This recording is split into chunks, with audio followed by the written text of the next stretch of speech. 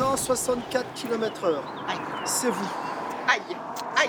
C'est un peu vite. C'est un peu... Au lieu Écoutez, de... 130. Très honnêtement, vous pouvez le dire, je l'ai dit tout à l'heure, le problème avec ces voitures, c'est qu'on ne se rend pas compte qu'on appuie ça. C'est vrai, C'est vrai. c'est vrai, je sais. Vous Je me suis- présentez votre Ouais, permis, bien la sûr. carte grise, s'il vous plaît. Vous avez tous vos points, madame? Cette conductrice repartira avec 2 points en moins et 90 € d'amende.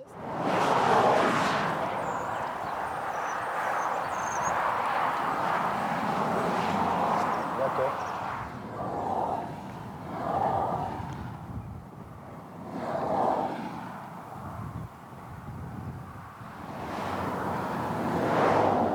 D'accord.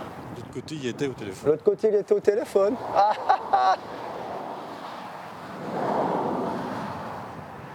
Un week-end d'automne sur l'autoroute du Soleil. Il roulait bien, lui. Hein? Il roulait bien. Patrick et Olivier traquent les automobilistes au téléphone. Il se gratte le nez. Avec la main droite. Là, c'était le passager. Et là, c'était le passager qui avait le téléphone.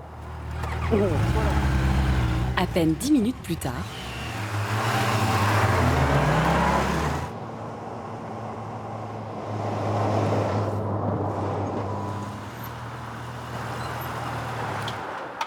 Monsieur, bonjour, contrôle gendarmerie, vous savez pourquoi je vous contrôle?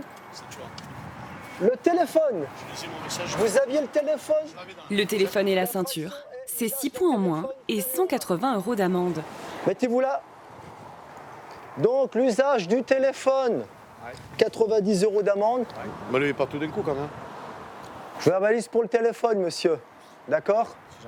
Patrick est ce qu'on appelle un good cop, un gendarme plutôt indulgent.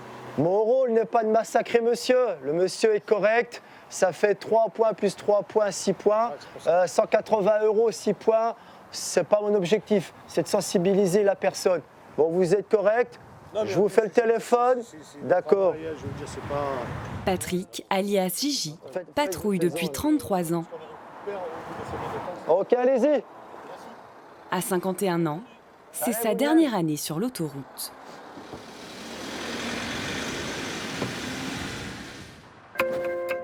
On l'appelle l'autoroute des vacances, du Sud ou du Soleil.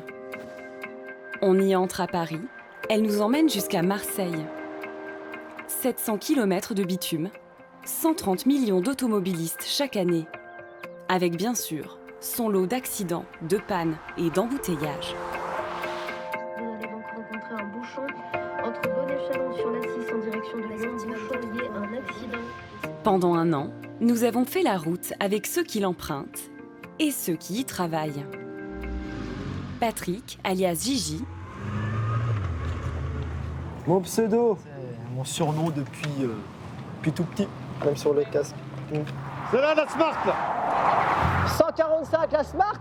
Non. Franck et Ludivine, eux, gèrent l'aire de Porte-les-Valences. Cette année, ils se lancent dans le chantier de leur vie. 9 mois de travaux pour une station ultra-moderne. On est stressé quand on refait une peinture dans sa maison, donc imaginez la l'ampleur du truc. Moi, je suis pas stressé. Une seule, ça suffit. Moi, ça va aller. Christophe, 41 ans, est patrouilleur. Ouais, c'est dangereux, il faut faire attention à la circulation. C'est le premier arrivé en cas de problème. C'est lui aussi qui prend le plus de risques. C'est nos anges gardiens. Je pense que être utile pour les gens, ça me plaît aussi. C'est essentiellement pour ça que j'ai choisi ce métier. Geneviève, enfin, est juste une amoureuse de l'autoroute. Elle l'emprunte toutes les semaines pour aller voir sa famille dans le sud. Je la connais par cœur, l'autoroute du Soleil. Et je peux même dire que sur certaines aires, on mange pas trop mal. Et j'ai des souvenirs de spaghettis bolognaises extraordinaires.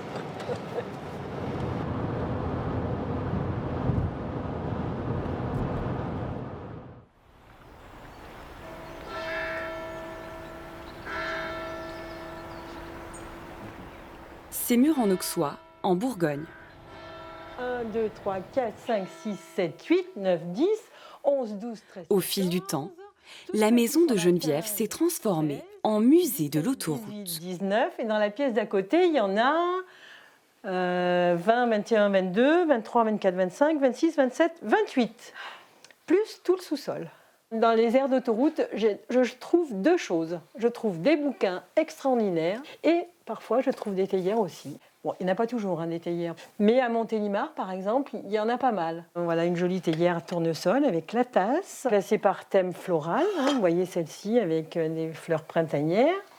Par couleur, la théière canard, rouge, qui est un peu farfelue. Mais j'ai encore plus farfelu. Ça, par exemple, je l'ai trouvé sur une aire, peut-être Lançon-Provence, ou je ne sais plus quelle aire, mais sur une aire de l'autoroute du Soleil. C'est celui-là. Marilyn, par exemple. Marilyn, ça aussi. Sur l'autoroute du Soleil, peut-être vers... souvent, c'est Lançon-de-Provence ou Mornas. Je trouve ça nulle part ailleurs. Et donc, je m'arrête régulièrement et je chine un petit peu dans ces boutiques d'autoroute, de l'autoroute du Soleil. Voilà. Bon, je vais charger la valise. Hein. Hervé, j'y vais. Et puis après, je viens fermer. Non, c'est bon, là. Allez, je t'appelle tout à l'heure. Allez.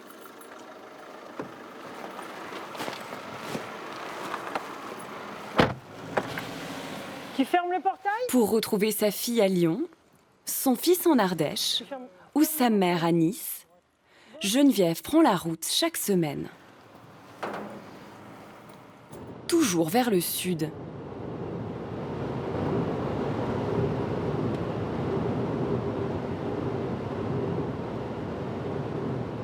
Vivement le sud, vivement les vacances. Voilà.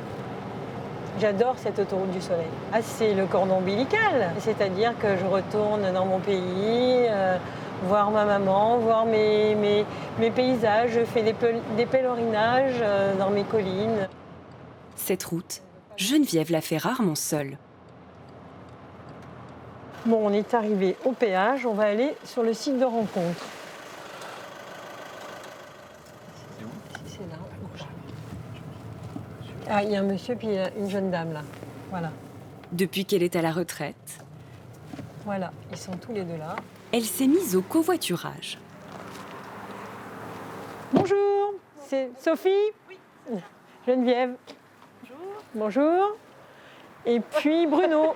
Bonjour Bruno. Comment vous allez? Geneviève, ça va bien? Oui. Voilà, installez-vous. Faites attention, c'est un double sens. Oui, oui. Ces deux passagers partagent le véhicule jusqu'à Lyon. 230 km pour 20 € chacun. Pas loin, quoi. Ça me fait un voyage pas cher et ça me permet d'avoir une voiture sur place. Et en plus, ça me permet de rencontrer toutes sortes de gens très différents les uns des autres, d'horizons différents, de nationalités différentes, de langues différentes, de professions différentes, avec des goûts différents. Oh, qu'est-ce qui doit être mal à l'aise avec les bras écartés comme ça, avec le vent. Et le bruit. Moi, j'ai été motard 30 ans, mais pas sur ce genre de moto. Hein, mais... En experte de l'autoroute, elle connaît toutes les astuces pour dépenser moins. Je sors à Villefranche-Sud et je rentre aussitôt. C'est une petite ristourne. C'est une petite ristourne, donc à l'aller et au retour.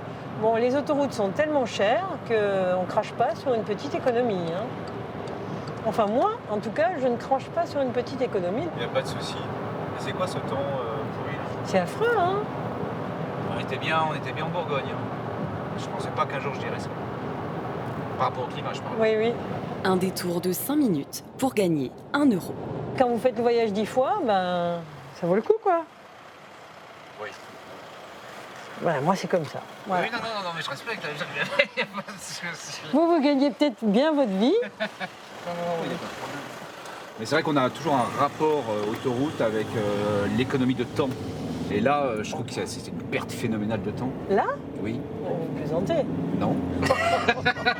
Non, mais pour moi, il y a une vraie perte de temps. Mais après, je peux tout à fait comprendre Vous savez, que le si péage... vous faites le trajet sans non, arrêt, mais sans arrêt, attendez, sans le arrêt. péage là, c'est pareil. Hein. Geneviève doit encore parcourir près de 500 km avant d'arriver à Nice. Elle passera notamment par l'aire de Portes-les-Valences. C'est l'une des plus anciennes de l'autoroute.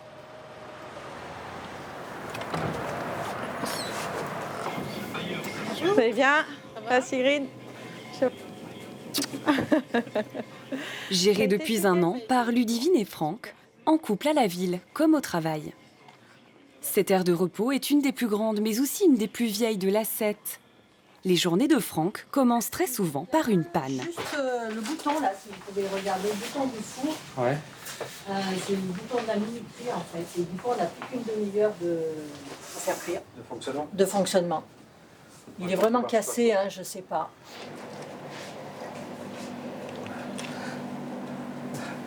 Alors on voit bien qu'il en manque un morceau. Donc j'ai le bouton, mais j'ai pas ce qui va dedans. Donc on ne pourra pas réparer nous-mêmes, quoi. Ça peut être un bouton, ça peut être les toilettes, ça peut être un bac à graisse, ça peut être des lumières. C'est vraiment différent. On a plein de choses à réparer. On vous appelle souvent dans la journée pour les problèmes? Pour ces cochonneries-là, oui, on va dire. On va dire que oui. Les problèmes, c'est le domaine de Franck. On va remettre tous les Ludivine, trucs elle, comme ça, là. veille à l'organisation de la boutique. Sur un chariot, on se met dans la boutique, on va tout le défaire et tout le refaire. J'espère qu'il n'y a pas de poussière, hein? La pauvre.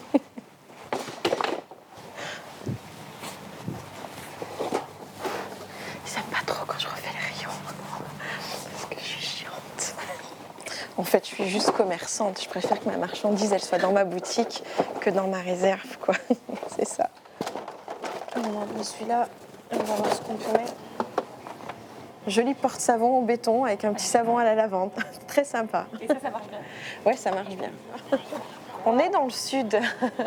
Quand vous partez en vacances, le soleil il se lève. Ici, vous êtes déjà, vous entendez les cigales, ça commence à sentir la lavande de partout. Ça, c'est pour l'hiver. Quand il n'y en a plus dehors, on les entend encore dans la station. Mais cet hiver, les cigales ne chanteront pas dans la station. Car le couple s'est lancé dans des travaux gigantesques pour construire une station plus moderne. Le chantier occupe déjà tout le parking. Difficile d'accueillir les clients.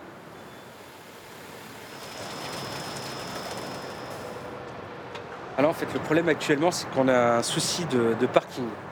Il faut en souffrir pendant la période des travaux.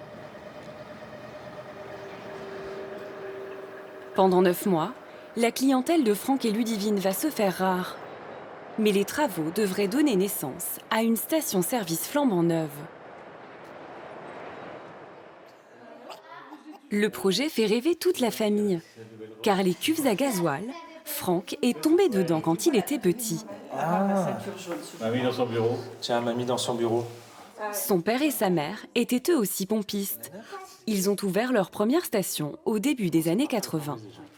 Parce qu'il vient de rentrer du boulot. T'es tout jeune là. Hein. C'était en août 1980 celle-là. 1980 Oui. Dis donc, on a grandi. Quand on est dans une station, on dit station, on est toujours dans la station. Mon père, ma mère, donc moi et mon frère, et il y avait toujours une pompe à essence. Ah ouais, oui, forcément. Et les tenues d'époque. Regardez à l'époque le prix du gasoil. 128, ça fait combien en euros? Regarde, papa. Ça, c'est où ça? Quelques pompes à essence en centre-ville. Et puis un jour, c'est la consécration. Ils obtiennent une station sur l'autoroute.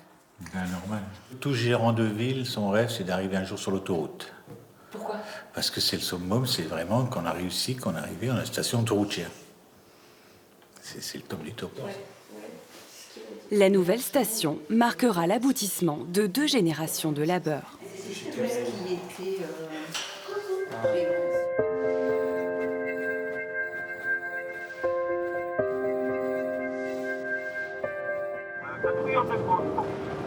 On a un véhicule en panne dans le sens Dijon-Lyon. Il est 5h30 du matin. Christophe, le patrouilleur, intervient pour un véhicule en panne. Ouais, c'est bien reçu en sens 2. En l'occurrence, il est très certainement sur les voies parce qu'il y a on a des murs métalliques qui symbolisent le balisage à cet endroit-là. Donc on va se rendre sur place, on va aller voir ce qui se passe. Ouais. Alors où est-elle cette voiture? La voiture est sur les voies de circulation. L'intervention est risquée. Tant qu'on n'a pas terminé notre balisage, c'est assez dangereux, il faut faire très attention. L'espérance de vie d'un piéton sur l'autoroute est de 20 minutes. On va passer derrière les glissières de sécurité, se mettre à l'abri. Bon, le dépanneur va arriver, il faut attendre un petit peu. Vous avez appelé il y a combien de temps? J'ai appelé il y a à peu près un quart d'heure, 20 minutes. D'accord, ouais, bah normalement ça va pas tarder. Ouais, ça va pas tarder. Déjà vous êtes venu en support, c'est déjà mieux. Comment? C'est déjà mieux que vous êtes venu. Ouais, on est là pour ça, ouais, c'est notre métier. Ouais. S'il n'y avait pas eu ces zones de chantier, monsieur aurait pu se mettre sur la bande d'arrêt d'urgence ou alors sur l'Orfus qui est juste à côté. Et donc il n'aurait pas été en danger, on ne serait même pas intervenu si ça se trouve. Là par contre, intervention du patrouilleur obligatoire, indispensable. La circulation redouble d'intensité. Le risque d'accident augmente.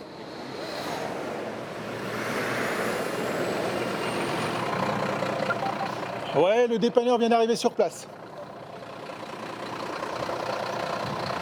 Ils vont vite m'enlever de là, parce que là ça commence, le flux de la circulation commence à s'accentuer quand même pas mal là. Ça va vite monter. Steph, qu'est-ce que vous regardez là? Là, je surveille la circulation. Là maintenant, c'est mon rôle. Lui, il travaille, le dépanneur fait ce qu'il a à faire. Et moi, mon rôle, c'est surveiller la circulation justement pour prévenir si jamais il y a un problème, un mauvais comportement d'un client, d'un usager.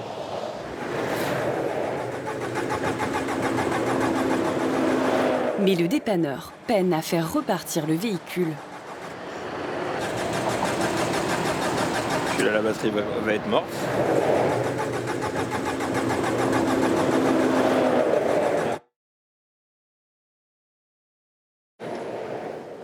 Sur la 6, Christophe le patrouilleur sécurise toujours la zone autour de la voiture en panne. Ça a du mal à réamorcer? Ah, toujours. Ah, ouais, toujours, ouais. Le dépanneur ne parvient pas à faire repartir le véhicule et la circulation s'intensifie. Les routiers ont terminé leur nuit, donc ils commencent à reprendre le volant. Il emmène la voiture. On ne peut pas réamorcer sur place. Il emmène le client avec lui rapidement et on va pouvoir déposer le balisage pour quitter les lieux le plus rapidement possible.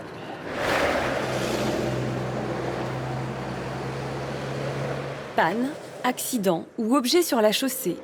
Toute la journée, Christophe enchaîne les interventions.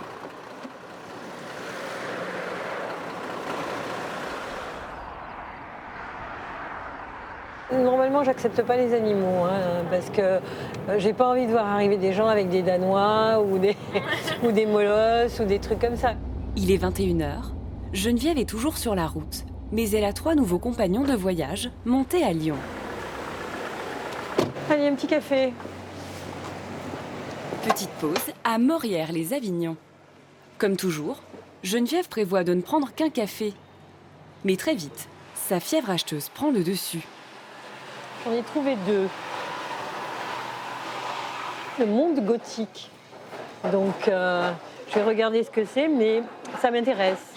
La mode gothique à 6 €, alors que c'est... Bon, il n'y avait pas le prix là, mais c'est rigolo, quoi.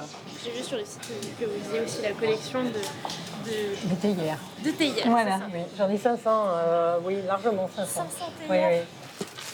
oui. Avec on va reprendre la route. Les passagers doivent avoir froid, ils attendent dehors, c'est moi qui ai les clés.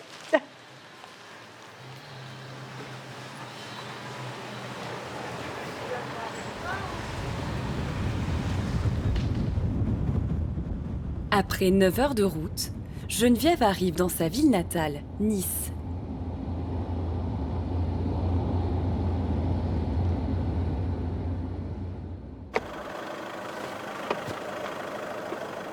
Et voilà, on est arrivé à bon port. N'oubliez rien. C'est un Oui. trajet. Hein. Bah, oh, ça va, ça va, ça va. Je vais être contente de dormir. Peut-être. Maman? Maman? Maman? Elle n'entend pas, elle est sourde. J'ai sonné, t'as pas entendu? Non, parce que Bonsoir maman. Jouer. Ça va? Oui, toi? Ça va, comment tu vas? Annie a 97 ans. Ouais. Comme d'habitude. Voilà. Je ne l'ai jamais vu rentrer à cette heure-là. Alors, comme c'est dimanche, il y a beaucoup de voitures qui descendent et d'autres qui partent en vacances. Alors quand même, j'étais inquiète. J'étais franchement inquiète. Mais là, ça va. Elle est là, elle est bien. Bien, on va manger, maman. On va manger? Allez. Et on va manger, j'ai même pas mis le modèle. Ravioli et puis saladière. Ravioli. Avec 40 000 km par an, le double de la moyenne nationale, Geneviève devrait bientôt reprendre la route. Elle a déjà prévu des petites pauses sur ses aires préférées.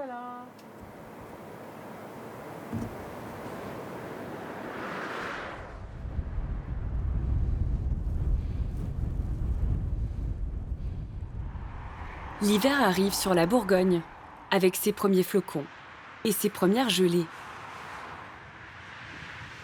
Il est 20h, Christophe prend son service. Et la nuit s'annonce difficile. Allô ? Ouais, Hugues, c'est Olivier. Ouais. Je vais lancer un préventif dans le col. Le col de Bessé en Chaume, à 600 mètres d'altitude, est enneigé. La bande d'arrêt d'urgence, elle est prise. Il doit intervenir. Ouais. Je vais le guider. Savoir un petit peu où on en est, quoi. D'accord. Allez, j'y vais. Okay. À tout à l'heure. Ouais.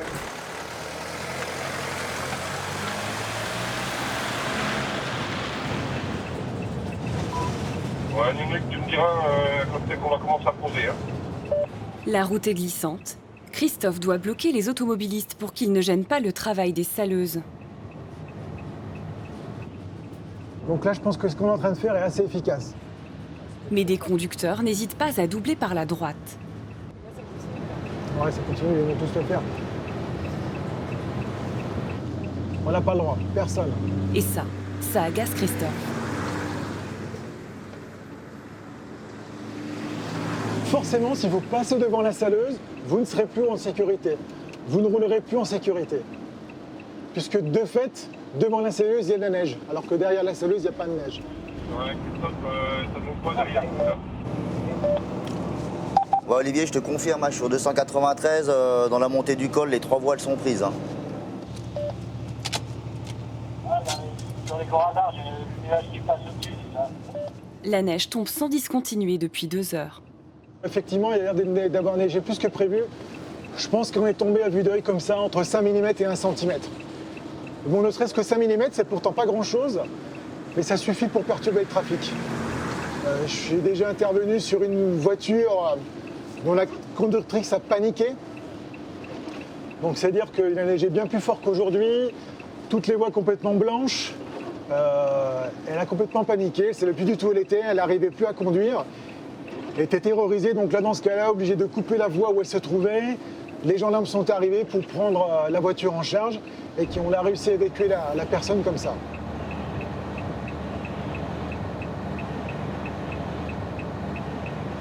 Les patrouilleurs se relaieront toute la nuit pour dégager les voies.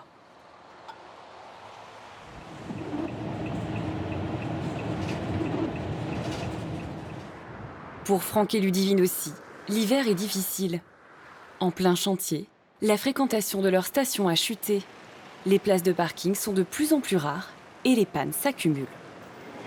Franck, vous pouvez regarder les machines à café, il y a un problème sur la 1, la 8 et la 9. Ok. Eh ben, je les ouvre et je regarde. Ok, merci. Pourquoi c'est important de prendre soin de ces machines à café? Parce qu'il y a beaucoup de passages en café. Et on va dire c'est ça fait quand même un peu d'argent. Donc pour faire de l'argent, il faut qu'elle fonctionne quand même. Au plus fort de la saison, chaque machine assure jusqu'à 2 000 € par jour. Ce qui nous fait vivre et ce qui fait vivre les employés et le fonctionnement de la station, c'est vraiment la boutique, les machines à café, tous les services annexes qu'on peut avoir à côté. C'est pas l'essence en fait, c'est plus l'essence. Non, c'est plus l'essence. Non, c'est plus l'essence. Là-dessus, ça a vraiment changé l'essence. On gagne plus grand-chose avec, quoi. Et l'un des produits qui marche le mieux sur l'autoroute, ce sont les livres. Bonjour. Vous allez bien? Comment allez-vous? Ça va et vous? Ça va. C'est un petit peu, c'est un peu vite quand même en bas là. On va remplir un peu. Ce fournisseur ne propose que les invendus des grandes enseignes. Ces fameux ouvrages que Geneviève adore.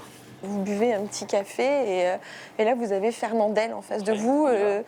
Le rire aux larmes, ou alors Paul Naref, enfin voilà, ça peut plaire à plein de monde, quoi. Il y a même quelques clients qui font des détours justement pour venir chercher du livre en station.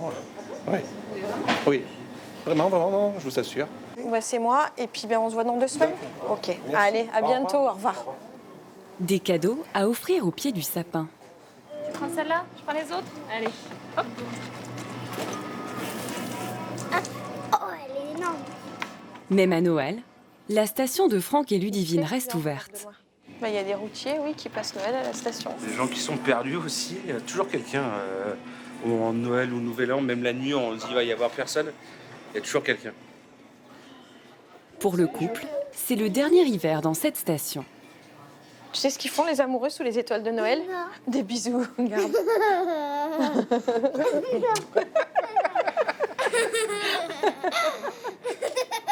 Ah, t'es jalouse? Allez. Avec les beaux jours, les arbres bourgeonnent et les conducteurs appuient sur le champignon.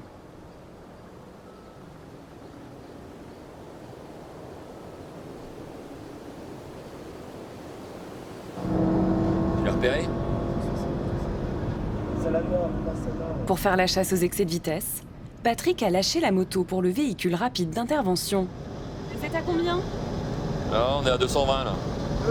C'est là qu'il faut se méfier, ouais. Là voilà, juste devant nous là. Allez là.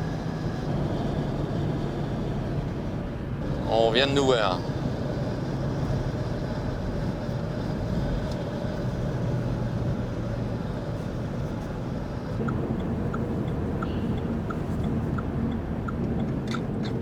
« 164 km/h. C'est vous. Aïe, aïe. C'est un peu vite. C'est un peu... Au lieu de 130. Voilà. Très honnêtement, vous pouvez le dire, je lui ai dit tout à l'heure, le problème avec ces voitures, c'est qu'on ne se rend pas compte qu'on appuie ça. C'est vrai. C'est vrai. C'est vrai, je sais. Vous me présentez votre permis, la carte grise, s'il vous plaît. Vous avez tous vos points, madame? Cette conductrice repartira avec 2 points en moins et 90 € d'amende. Oui. Vitesse d'au moins 20 km/h et inférieure à 30 par conducteur de véhicule à moteur. Voilà. D'accord. Voilà. Ah oui, ça n'est pas à pédale. Hein. Voilà. Oui, non mais... Avec mon doigt, c'est... Oui, ou votre ongle, comme vous voulez. C'est pas... Voilà. Ça ressemble à rien, mais c'est pas grave. Hein. Voilà. Voilà. Bah, vous non plus, d'ailleurs. Voilà. Oui. Non, enfin... Par contre, là, ça ressemble à quelque chose, c'est transféré déjà. D'accord. Repéré, là, ça ressemble à quelque chose, c'est parti, là. Mais sur la route des vacances, les chauffards ne sont pas tous des novices. Certains sont même devenus des experts. 163. Allez. Elle est là, dans le visu. Là, t'as nos hollandais. Elle est à toi, Jean-Luc.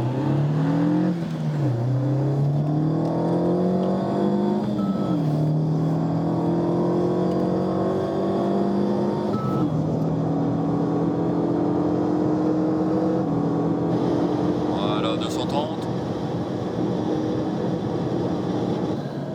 Le conducteur n'a pas l'air étonné. Il a compris. Voilà. Et là. Petit sourire. Bonjour monsieur, gendarmerie. Bonjour. Comprenez un peu le français? Non, anglais. Vous conduisez trop vite. 163 km/h, c'est trop. La limitation sur l'autoroute en France, c'est 130. Vous le savez? Oui. Ok. Pour l'excès de vitesse, vous devez payer 90 €. Vous devez payer maintenant, en espèces ou en carte bancaire. En espèces. L'automobiliste avait même prévu un budget de 300 € pour ses contraventions. Ça arrive. Je vais payer. En France, il ne faut pas dépasser 130. Maintenant, il faut payer l'amende. Maintenant, je vais ralentir parce que j'ai plus d'argent. C'est moins pénalisant pour cette personne que pour un Français.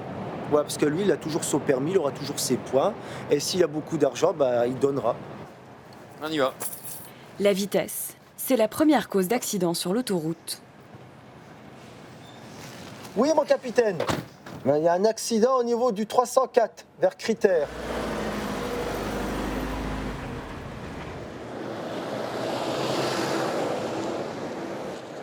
Alors j'attends que le chauffeur remonte. 2 voitures viennent de se percuter. Ah ben ça te va ou tu en vas un deuxième? Non, c'est bon, c'est sûr. Ça ira. Ok, ça marche. Ouais, c'est pas... Ah, stop. Stop. Stop.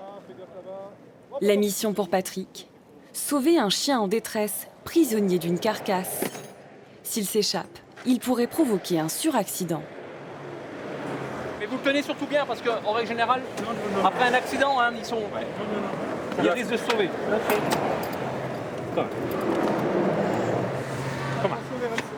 c'est bon. Comment? Il faut être vigilant parce qu'il y a des voitures qui ne ralentissent pas et qui roulent comme ça. Plus de peur que de mal pour les touristes et leurs chiens. Tous reprennent la route du sud. On part quand même en vacances, bye bye.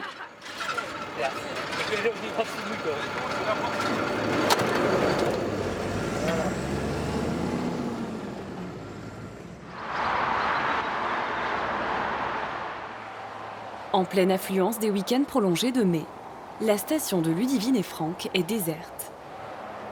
Le chantier doit être terminé dans 1 mois et demi. Mais ce matin, mauvaise nouvelle, les grues sont à l'arrêt. La station a été victime d'un vol de cuivre. En fait, ils sont venus, ils ont fait descendre quelqu'un dans le trou. Il est descendu dans le sous-sol et il a ouvert la porte. Donc ils ont coupé au coupe-boulon tous les cuivres du plombier, les câbles de l'électricien. Et ils ont repris une partie, comme ils étaient dedans, après, ils ont réussi à ouvrir le bâtiment et ils sont allés piquer le cuivre aussi, les gaines électriques, tout ce qui était câble électrique. Ça va leur prendre 1 mois. Et le plombier, pareil, comme ils ont tout coupé au coupe-boulon, il faut récupérer les tubes. Il faut tout repartir de zéro pour tout remettre à neuf. Qu'est-ce qui se passe si vous ne pouvez pas ouvrir le 15 juin? On aura un souci. Mais ça n'arrivera pas. Qu'est-ce qui n'arrivera pas? Qu'on n'ouvrira pas le 15 juin. Mi-juin, la station elle sera finie. C'est impératif. Mais Regarde, pour je vais te ouvrir, montrer, là. Regarde. la station doit respecter des normes de sécurité draconiennes. Un petit trou en dessous. Mi-juin, Franck et Ludivine recevront les équipes de la préfecture. C'est eux qui autoriseront ou pas l'ouverture de la station.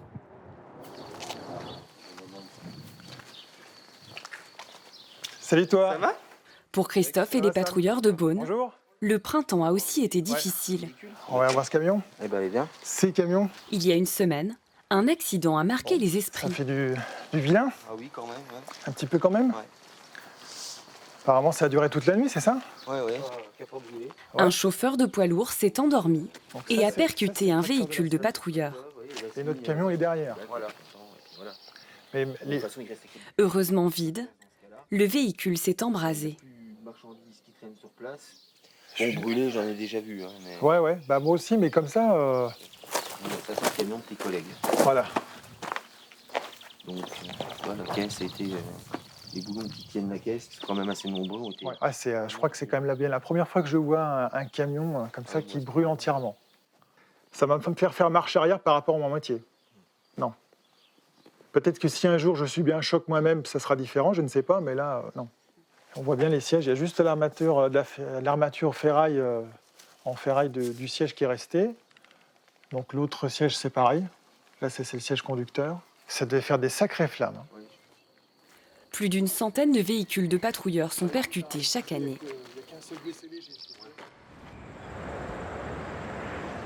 À 250 km au sud, à Porte-les-Valences, c'est le grand jour pour Franck et Ludivine.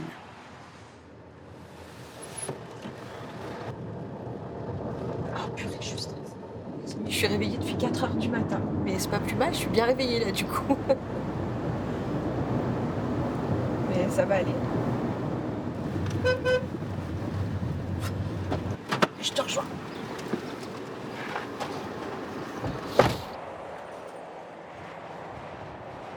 La station de leur rêve est terminée. Mais il reste une étape cruciale à franchir, la commission de sécurité. Pour accueillir des dizaines de milliers d'automobilistes, tout doit être aux normes.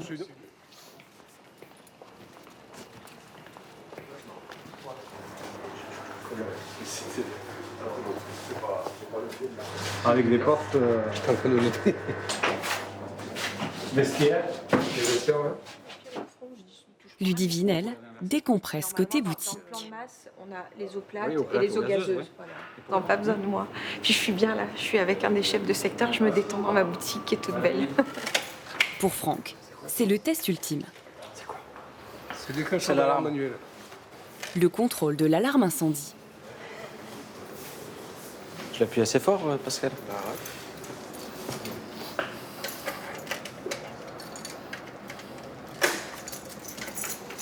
Il y a toujours un petit bug. Il faut rester patient, calme et concentré. Ça, c'est le principal. Toujours calme.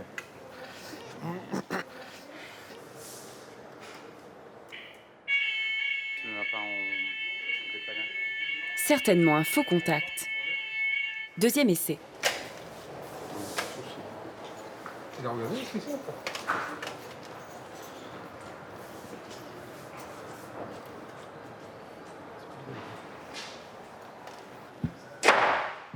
Bon, mon Pascal, on en est où? C'est pas entre la pression, mais presque. Si l'alarme ne se déclenche pas, le couple ne pourra pas ouvrir. Main droite, ce coup-là.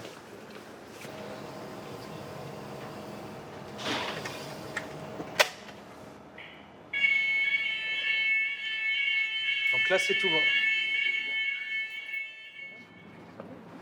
La commission délibère pendant 30 minutes.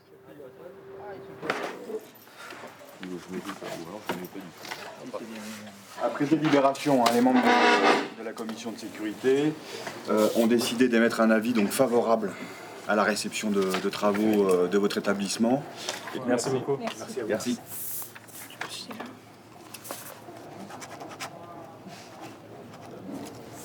Ça valait le coup de se réveiller à 4h du matin cette nuit. C'est bon? Ouais, c'est bon, oui. Il est là. Au boulot maintenant. Ludivine et Franck vont pouvoir accueillir les vacanciers de l'été.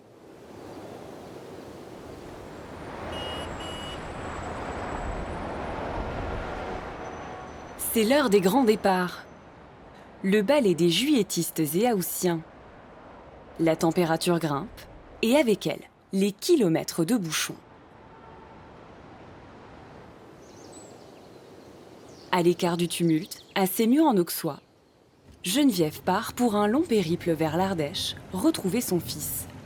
Mais en plein cœur de l'été, la journée est classée noire.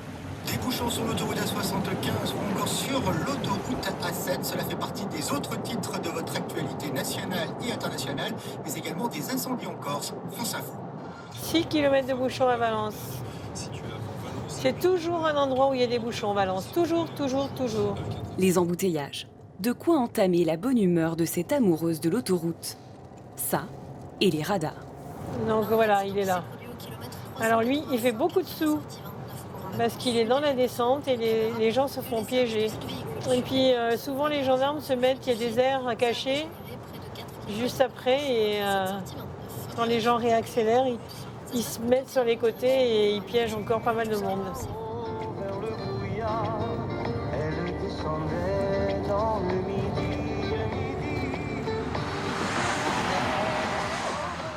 Moto 1, moto 2, tu me reçois? Ouais, ça clignote 111. Coffre 111, hein? Ouais. C'est bon. Ça clignote. On verra. Mais aujourd'hui, les gendarmes ne sont pas là où Geneviève les attend. Concernant les postes, donc Bravo 1, donc Olive, Gigi et moi, on se repositionne ici, à Bon Hospice. On va intervenir dans les deux sens sur la 6. On va uniquement se concentrer sur la 6 ce matin. Ça marche. Feu patate. Gigi et ses collègues vont devoir calmer les conducteurs pressés d'arriver à la plage.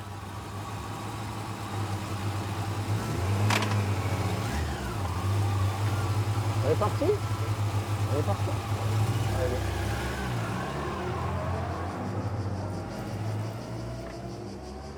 Et pour l'occasion, ils ont sorti les gros moyens. Un hélicoptère équipé d'une caméra.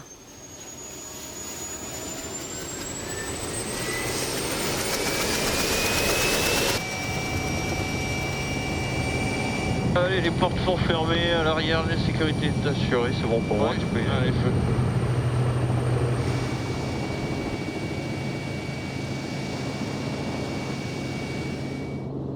C'est vraiment le départ des juilletistes. Hein. On a beaucoup de Parisiens, beaucoup de gens du Benelux qui descendent sur les plages de la Méditerranée.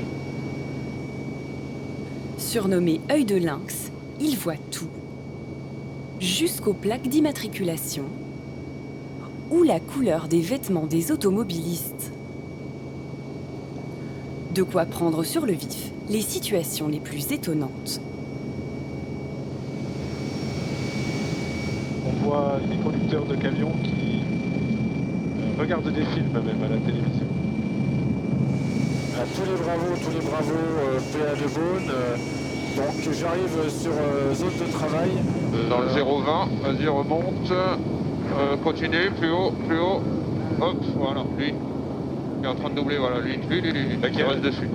On sent que le conducteur est un petit peu excité, à dépasser par la droite ou par la gauche, mais on sent qu'il y a quelque chose dans le comportement du conducteur. Il n'a pas un comportement normal. Si le véhicule noir ne ralentit pas, l'équipe au sol devra l'intercepter. Hop, voilà, lui. Il est en train de doubler, voilà, lui. Dans le 0,20, vas-y, remonte. Continue, plus haut. Hop, voilà, lui. Sur l'autoroute du Soleil, Qui reste dessus. Il n'a pas un comportement normal. le conducteur se remet finalement dans le flux. Mais les gendarmes ont déjà une nouvelle cible. C'est un cadeau orange. Là, qui touche. Par lui, c'est pas un frigo, lui. Ouais, c'est pas un frigo, je vois pas trop. Oh bah, c'est une vache. Le 14 juillet, seuls les camions transportant des denrées périssables sont autorisés à rouler. Oui, de Charlier Dessert, donc j'ai un camion jaune bâché qui se porte, qui descend sur votre position. Je pense qu'il n'a pas l'autorisation de circuler en ce jour férié, donc je vous demande d'intercepter et de contrôler.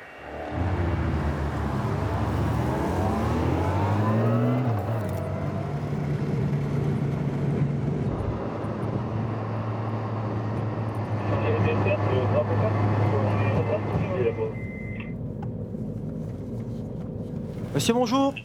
Bravo 4 de ERI, bravo 1. Transport call, monsieur. Bravo 4 sur écoute. Fourniture d'équipement. Interdit aujourd'hui de rouler. Bougueux. Ah ouais? Férié, 14 juillet. Dijon.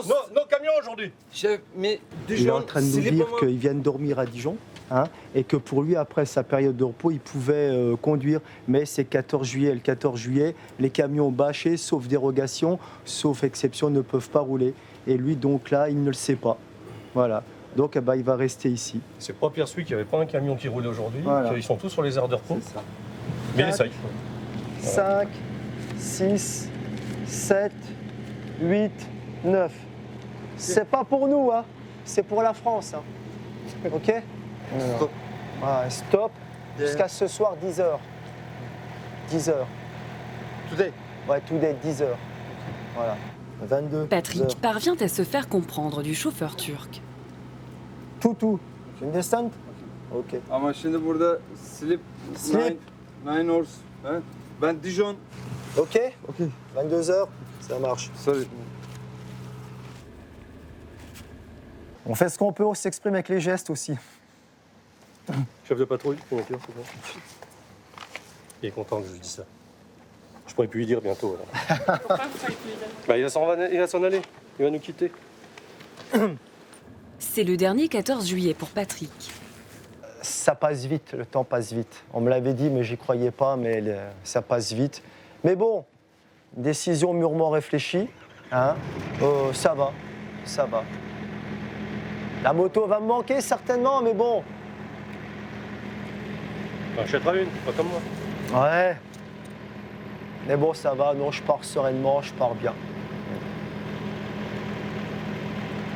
Place aux jeunes, comme on dit. Dans moins d'un mois, Patrick mettra un terme à plus de 33 ans de carrière.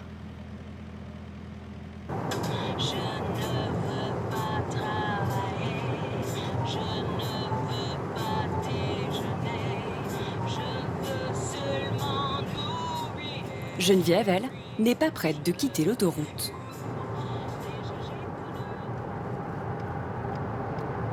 Ça avance tout doucement là. Voilà.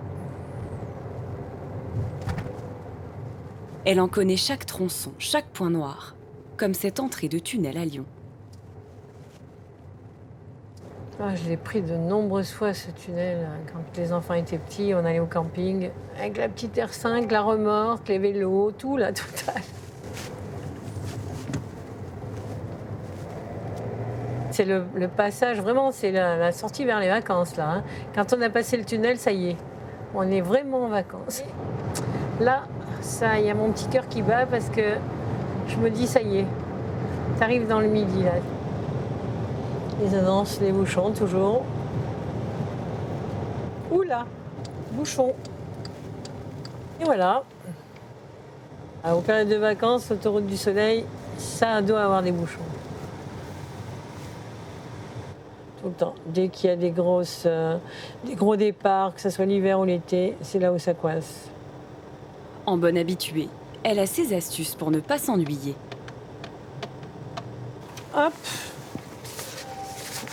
Prêt à être fait. Il y en a déjà un certain nombre qui sont remplis. Donc voilà. J'ai mon petit stylo, j'ai tout ce qu'il faut. Ça me fait passer le temps. Je vois pas le temps passer quand ça avance pas et qu'on reste bloqué un grand moment. Mais là, ça avance un peu, donc je vais pas m'y mettre tout de suite. Mais si je vois que ça se bloque complètement, à ce moment-là, je les ressortirai et puis j'essaierai. C'est agaçant de rester sans rien faire au volant. Les véhicules circulent au ralenti sur 10 km jusqu'à Portes-les-Valences, la station-service du jeune couple. Il y a même embouteillage sur l'aire de repos. Avance, putain. Avance. Avance. Il y a des places de parking de ce côté-là. Je suis le patron de la station. Avance, tu te crées un bouchon là. Je suis gérant station-service et tu vois, je fais la circulation. Magnifique. L'objet de ces foudres, un camion mal garé qui bloque l'entrée. Non, tu bouge. C'est une voie de desserration, bouge, c'est dangereux, bouge. La station est neuve, mais les problèmes n'ont pas disparu pour autant. Il y aura toujours des problèmes de circulation, parce que les aires de repos sont pas assez grosses et les gens partent de plus en plus en vacances. Plus de 10 000 personnes vont défiler dans la station aujourd'hui, avec forcément quelques complications.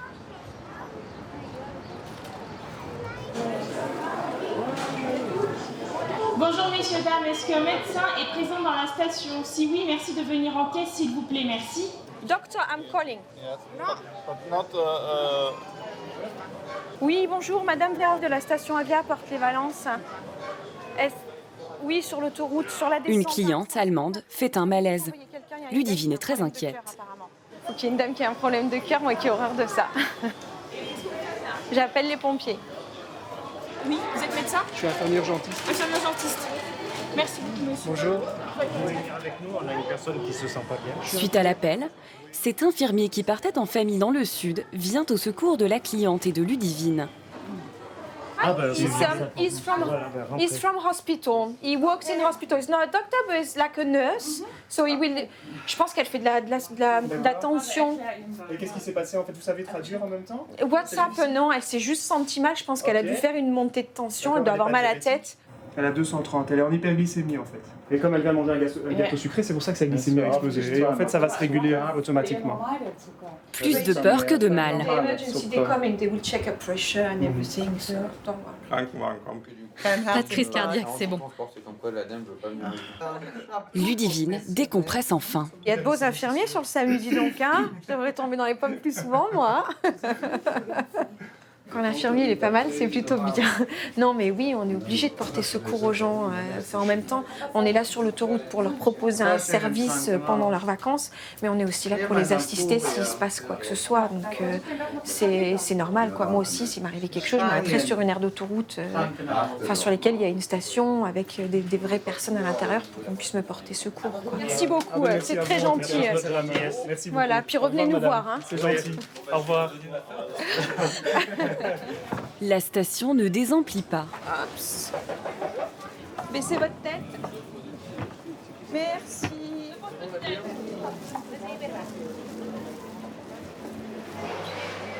Franck gère maintenant un autre type d'embouteillage.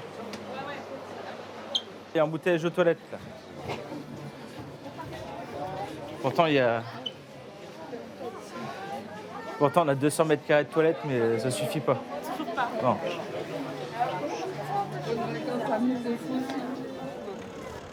Une nouvelle cliente se joint au flux des visiteurs. Après avoir roulé plusieurs heures, Geneviève découvre enfin la nouvelle station de Franck et Ludivine. Opération shopping, opération glace, opération gourmandise. Alors l'entrée, ça doit être par là. Et à peine arrivée, c'est plus fort qu'elle.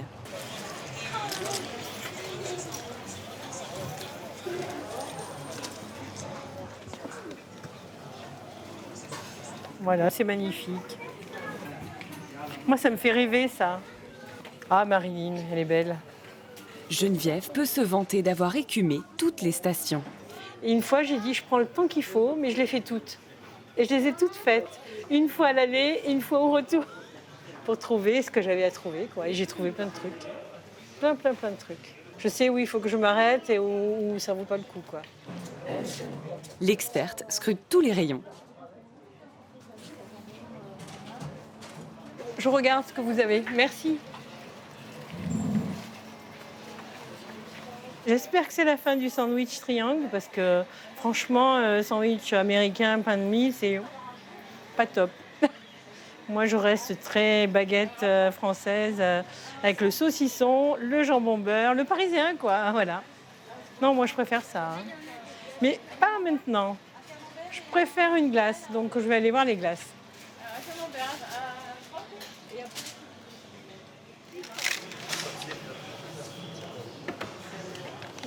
Une glace et bien sûr un livre. Ça et ça. Je peux vous payer par carte? Bien sûr.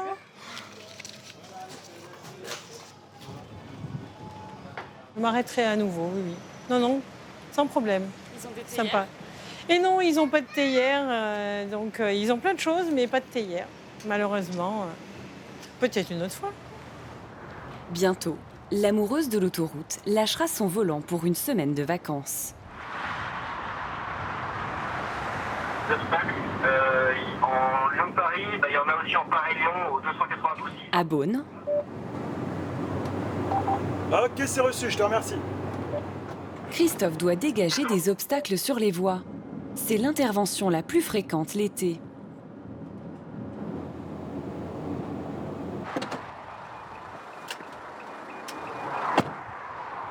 Le patrouilleur doit courir entre les voitures lancées à 130 km/h. Ouais, c'est dangereux, il faut faire attention à la circulation. Donc, les objets sont juste là. Et aucun véhicule ne ralentit.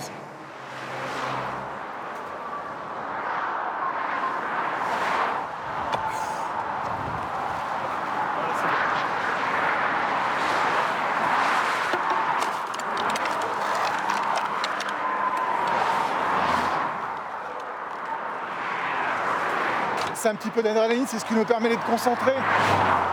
C'est vrai qu'on a une petite montée d'adrénaline, mais après avec le temps, avec l'expérience, on maîtrise quand même assez bien notre sujet. Donc on va essayer de se dépêcher de partir d'ici.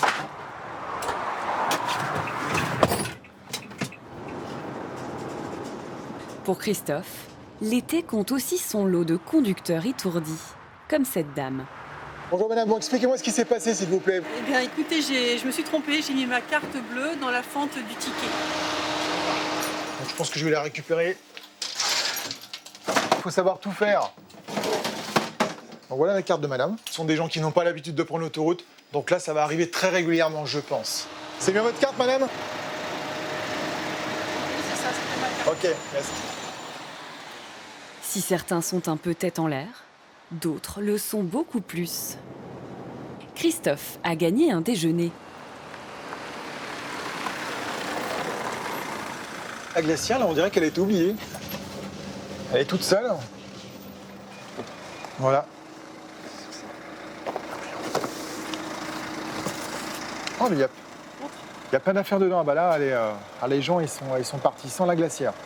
Il y a à manger, salade, des œufs, des endives. On dirait des gnocchis. Du lait, un citron. Bon, bah, ouais. Qu'est-ce que vous allez en faire? Je vais la ramener au district, peut-être la garder quelques temps. Parce qu'on va peut-être mettre ça au frigo quelques jours. Et si les propriétaires se manifestent, elle ne sera pas perdue.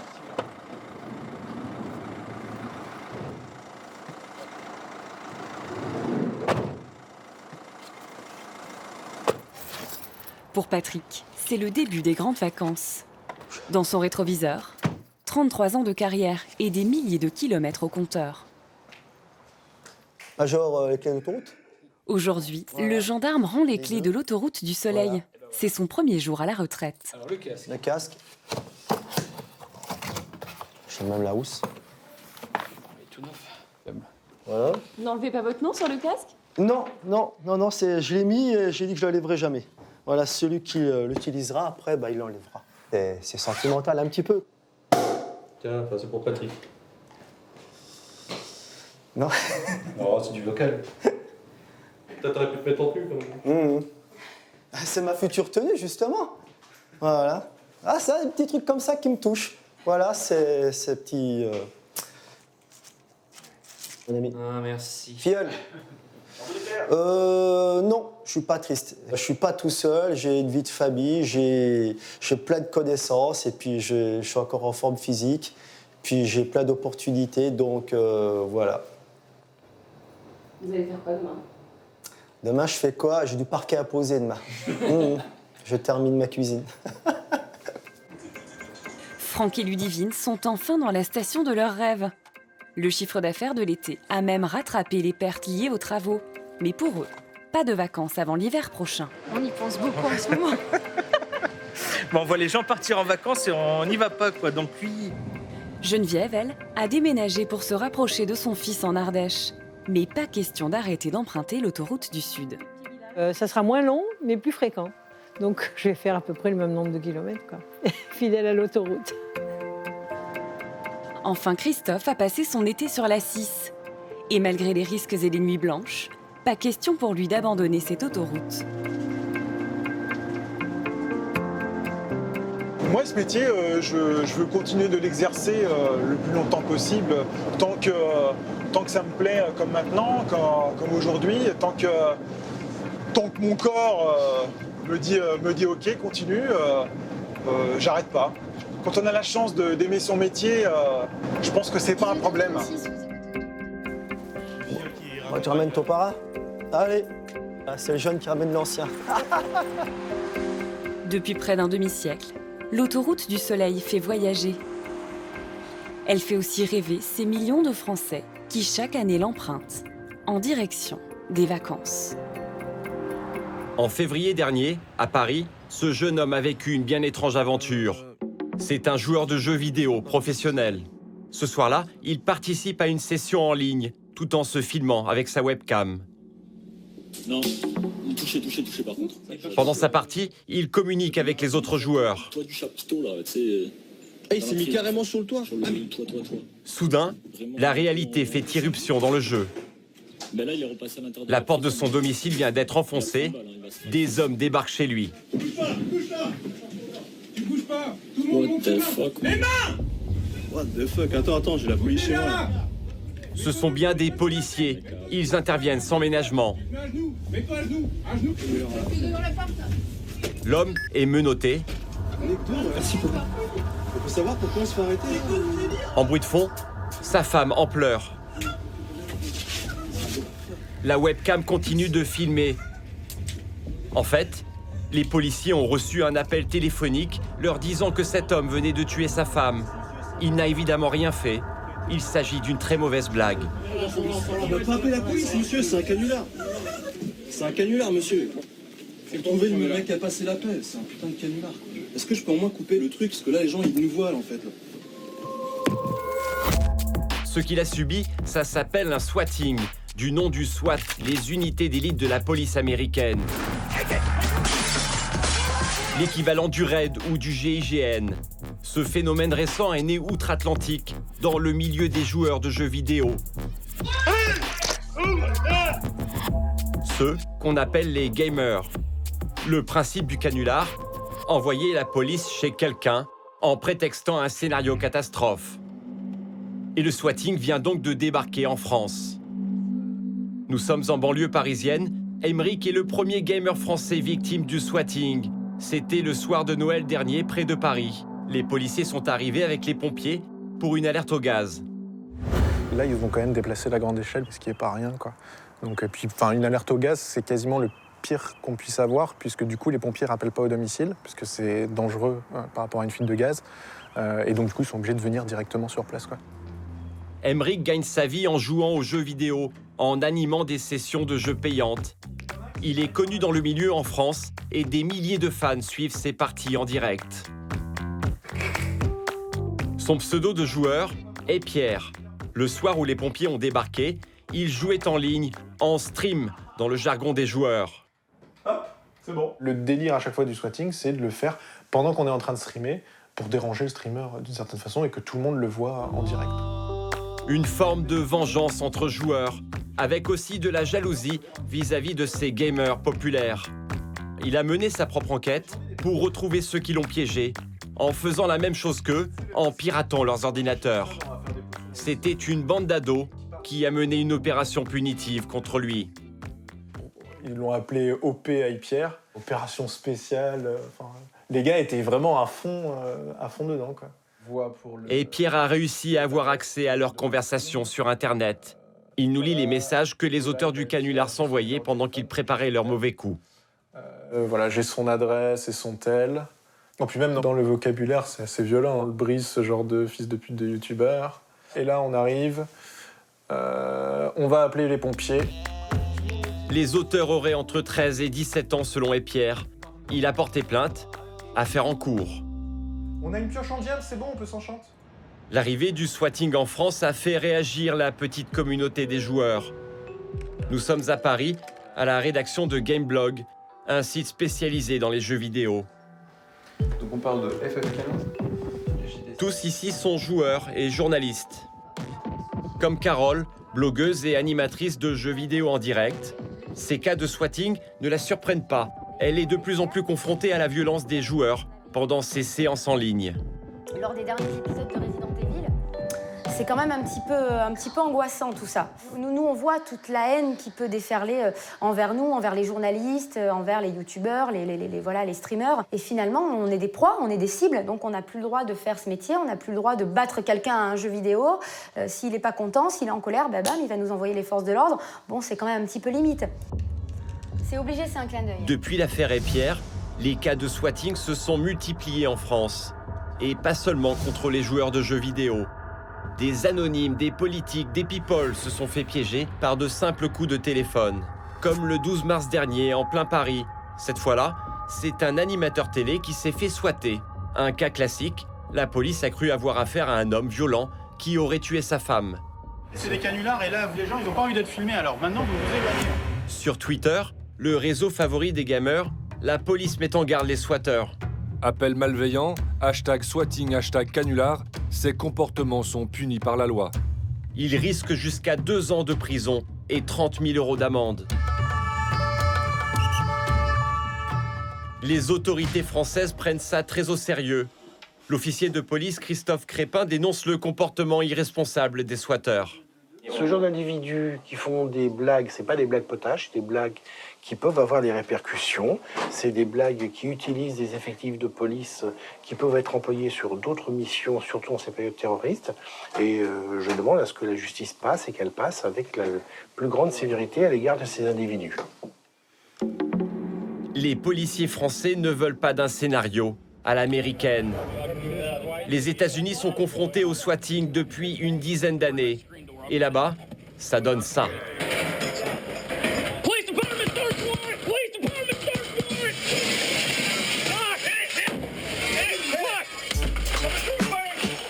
Il y a 400 interventions pour rien chaque année. Des interventions toujours très musclées.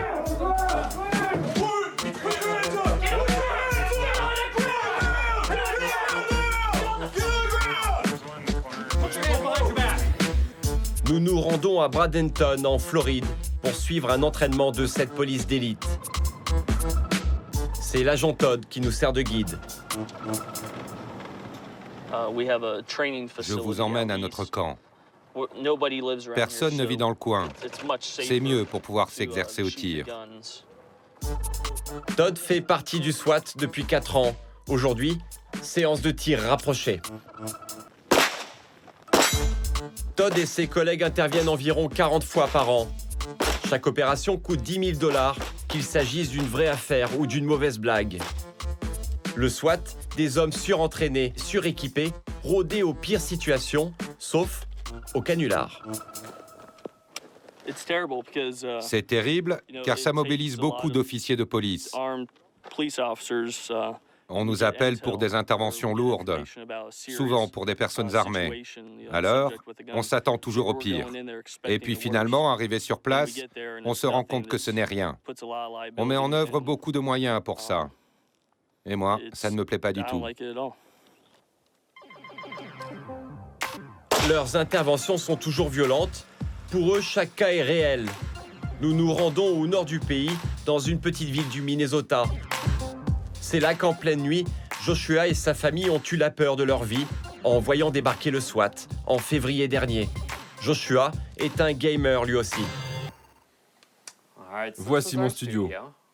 En vrai pro, il a aménagé cette pièce au sous-sol de la maison de ses parents pour ses parties de jeux en ligne.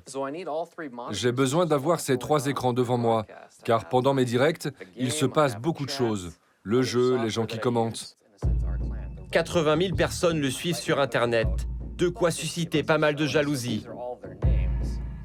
Joshua se filme quand il joue.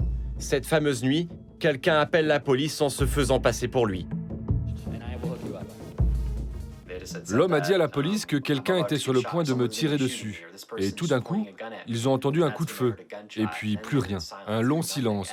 Comme si la personne au téléphone, c'est-à-dire moi, venait juste d'être tuée. La police envoie immédiatement le SWAT au domicile de Joshua. Il nous montre la vidéo enregistrée par sa webcam cette nuit-là. Là, il est à peu près 1h30 du matin. Je suis en train de jouer comme tous les autres soirs, en prenant mon pied. Super relax. Et là, je retire mon casque car j'ai entendu un bruit. Ça, c'est ma mère qui frappe à la porte. Elle me dit, « Il y a la police. Est-ce que tu sais de quoi il s'agit ?»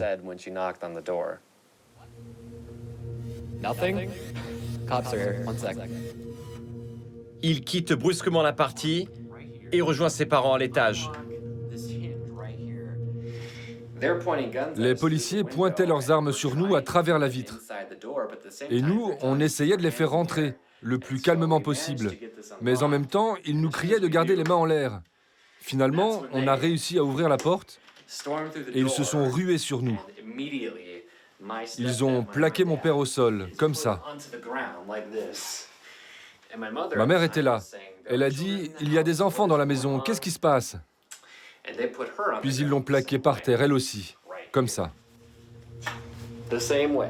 Ce qui a le plus traumatisé Joshua cette nuit-là, ce sont les armes pointées sur son petit frère de 10 ans. À ce moment-là, pour les policiers, tout le monde est une menace potentielle, même les enfants. J'avais peur que quelqu'un ne soit blessé, ou qu'il se fasse tirer dessus, et qu'il meure. Ils sont finalement libérés par la police. Joshua retourne alors dans son studio pour s'adresser à celui qui l'a piégé. Sa webcam tourne toujours. I had please point a gun at my little brothers because of you. They could have been shot. They could have died because you chose to swat my stream. I knew whoever had done this to me. Je savais que les gens qui avaient fait ça me regardaient en direct. Je suis sûr qu'ils ne savaient pas que je vivais ici avec ma famille. Je voulais leur faire comprendre ça. Leur faire comprendre que ce qu'ils ont fait était vraiment dégueulasse. Personne ne devrait vivre ça. Joshua craque et fond en larmes en direct.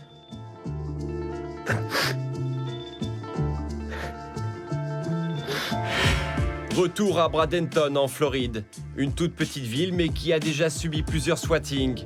Nous avons rendez-vous au commissariat du coin. Je vous emmène dans le bureau qui centralise tous les appels d'urgence de la région et qui mobilise ensuite les patrouilles sur le terrain.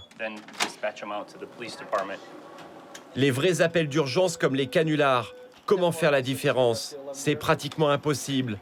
Aujourd'hui, c'est l'agent Frank qui est de garde. À lui de faire la part des choses, comme avec cet appel. Que se passe-t-il? Au bout de la ligne, un enfant paniqué apparemment. Est-ce que quelqu'un est blessé? Personne n'est blessé? Ok. Est-ce que quelqu'un est armé? Est-ce qu'il y a des armes dans la maison? Il a essayé de vous poignarder? Où est le couteau maintenant? Allô? Ah, le père vient d'arracher le téléphone des mains de l'enfant. De quoi s'agit-il? C'est un problème de violence domestique. Un père de famille a tenté de poignarder son fils et le père a raccroché de force. On vient d'envoyer une patrouille pour vérifier ce qui se passe. L'agent Frank reste très calme, c'est son job. Cette fois-là, il ne s'agit pas d'un faux appel. Mais il n'a envoyé qu'une simple patrouille, une question d'appréciation et d'expérience. Les auteurs de canulars le savent bien, alors ils échafaudent de vrais scénarios pour être certains que le SWAT va être mobilisé. C'était la spécialité de Matthew Wegman, un adolescent auteur de 200 swatting en l'espace de 5 ans. Nous nous sommes procuré l'enregistrement d'un de ses appels à la police. Ce jour-là, il se fait passer pour un preneur d'otages. I've got 2 people here held hostage, all right? Okay. Now you know what happens to people that are held hostage. Il va même jusqu'à mimer la présence de ses supposées victimes. Hold on 1 second. Shut up. And I swear to God, I will kill these people. If any cops come in this house with any guns, I will fucking shoot them. I will kill them. Do you understand me? Matthew Wegman est l'un des rares squatteurs à avoir été arrêté. Il purge une peine de 11 ans de prison. Dans la plupart des cas, les auteurs des canulars, des génies de l'informatique, arrivent à masquer toutes leurs traces. Les États-Unis, comme la France, restent sous la menace de ces squatteurs qui ne semblent pas mesurer la portée de leurs actes. Quand il y a la pleine lune, généralement, les fous sont sortis. Des bandes qui se bagarrent sur fond d'alcool. Voilà, c'est démarré. Des entraînements plus que musclés. Ouais, c'est bien reçu pour Alpha. Ils font face à toutes les difficultés. De jour comme de nuit, ils veillent sur la population. Ce sont les anges gardiens du Nord. Ces policiers vous invitent à partager, sans phare, la réalité de leur quotidien. On voit des pochons là, qui referment en général de l'héroïne. Leur combat contre la délinquance, sur fond de violence ordinaire et de misère sociale. Voilà, donc là on fait fondre du cuivre.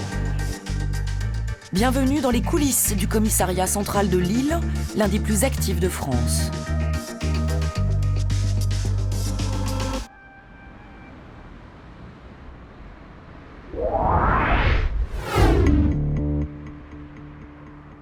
Nous sommes au sud de Lille. Cet austère bâtiment en béton, surmonté d'une antenne, abrite le centre névralgique du commissariat. La police secours, bonjour. Oui, bonjour, je vous appelle parce que je viens d'avoir un accident à la sortie. Oui, bonjour monsieur, je vous appelle parce qu'il y a des cambriolages. Je crois qu'il y a une agression, quelque chose comme ça, s'il vous plaît. Nous sommes au CIC, le Centre d'information et de commandement, un service ultra-moderne, divisé en 2 salles. Dans la première, on réceptionne les appels du 17 pour tout le département Nord-Pas-de-Calais. Une dizaine de policiers se relaient 24 heures sur 24 à l'écoute des 2200 appels quotidiens. Le 17 police secours, bonjour. Le 17 est normalement réservé exclusivement aux urgences. Mais en réalité, les gens appellent pour tout et n'importe quoi. Oui, allô, bonjour. Voilà, je me permets de vous appeler pour un renseignement. En fait, je vois où il y a le parking, il y a le trésor public. Fouad, qui travaille ici depuis 2 ans, en sait quelque chose. Vous regardez sur l'annuaire, madame. Hein. Vous, c'est le 17 police secours. On traite les urgences. Hein. C'est vraiment le... Voilà, donc on n'est pas une plateforme de renseignement. Au revoir, madame. Difficile de faire admettre à certains interlocuteurs qu'ils engorgent inutilement le 17. Seulement 12% des appels reçus ici nécessitent une vraie urgence de police. La police secours, bonjour. Oui, bonjour monsieur. Comme par exemple cet appel d'un directeur de banque qui craint un hold-up. Et en fait, on a une voiture qui est stationnée devant notre distributeur. Ça fait plus de 10 minutes qu'ils sont en face, donc on ne sait pas trop quelles sont leurs intentions. C'est quoi comme véhicule? Une Logan Dacia Break. Et ils sont garés sur la zone de livraison, celui réservé aux transporteurs de fonds. Et les vitres derrière sont teintées, donc dans le doute, je vous appelle, quoi. Fouad reconnaît cette fois une véritable urgence, qu'il s'empresse de signaler à l'opérateur radio dans l'autre pièce. Je précise que 4 individus, ils sont dans une Logan. C'est depuis cette salle de commandement que les opérateurs passent les appels radio aux équipes de police secours sur le terrain. Cette affaire est prise au sérieux. Donc on a un véhicule Logan stationné depuis plus de 10 minutes sur l'emplacement convoyeur de fond. Et apparemment, d'après le... Son annonce parvient directement à un véhicule radio-localisé dont on peut suivre tous les déplacements sur cette carte. À son bord, la brigade de jour PS 111 Alpha, qui reçoit l'info 5 sur 5. Ce serait bizarre, on aurait 4 individus à bord avec des bonnets. Donc si vous pouvez vous rapprocher pour ce véhicule et ces individus suspects. Ouais, c'est bien reçu pour Alpha, j'imagine que vous envoyez un autre véhicule également. Et c'est parti, l'équipe de Robert fonce aussitôt vers le lieu de sa mission. Des interventions de police secours, il y en a environ 500 par jour à Lille.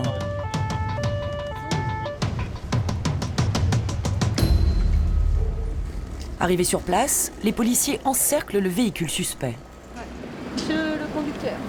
Mais ils s'aperçoivent rapidement qu'il s'agit d'une fausse alerte. Mais pourquoi vous attendez ici et pas au Grand Palais? Les collègues, ils sont là, ils ont pris un boire un café.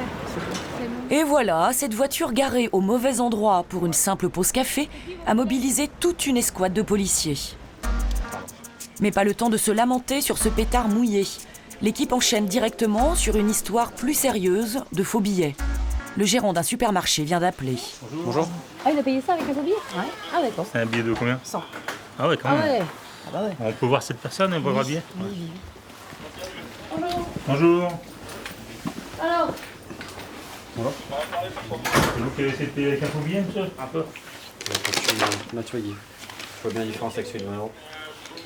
Ah, on voit toutes les différences. Hein. Quand il prend en transparence et puis la bande. Apparemment, la copie n'est pas terrible. Et les policiers n'ont aucun mal à distinguer le vrai du faux billet de banque. Vous avez d'autres billets? Sont où les autres? L'homme n'a sur lui qu'un seul faux billet de 100 €. Mais cela suffit pour éveiller les soupçons des policiers. Oui, bah, le billet, il faut. Mais où est-ce que tu l'as eu, le billet? Ça? Oui. Moi, travailler en Italie. Et de l'ont donné en Italie? Commerce, oui, travailler commerce en Italie. Ça fait combien de temps que vous êtes en France, monsieur? Oh, aujourd'hui, c'est arrivé ici. Vous êtes arrivé aujourd'hui avec 120 € seulement? Hein? Vous êtes arrivé seulement avec 120 €? Oui, seulement les 120 €, c'est ça. Vous faites quoi avec 3 téléphones portables? Il y a quelqu'un qui l'a appelé, il a refusé de prendre. Ouais, mais il y a quelque chose, c'est sûr qu'il y a quelque chose. Ça se balade pas avec 3 téléphones et en plus il y a plein de puces dedans. Pour Robert, ces signes sont suspects. Ok, bon, le carnet je l'ai, t'as ce qu'il faut, ok, on y va. Son billet, son portefeuille. Il croit déceler que l'homme lui cache quelque chose. Les policiers décident donc de le ramener au commissariat pour poursuivre leur interrogatoire. Mais la communication est difficile, car l'homme est italien et il parle très mal le français. What is the name of your father? Italien. Ouais, italien. Tu parles italien, quoi? Arrête. You speak English? Non, English. Je passe du Deutsch? L'homme ne parle pas plus anglais ou allemand. Heureusement, les policiers peuvent appeler à la rescousse un de leurs collègues qui, lui, parle italien. Mais il n'obtiendra pas grand-chose de plus. T'habites où? En Italie. Je suis venu ici pour chercher du travail. C'est quoi ton numéro? Mon numéro en France? Je m'en rappelle plus. Non, il s'en rappelle pas. Le suspect n'est pas franchement bavard, mais ils parviennent au moins à lui faire remplir sa fiche d'interpellation. Il sera finalement placé en garde à vue.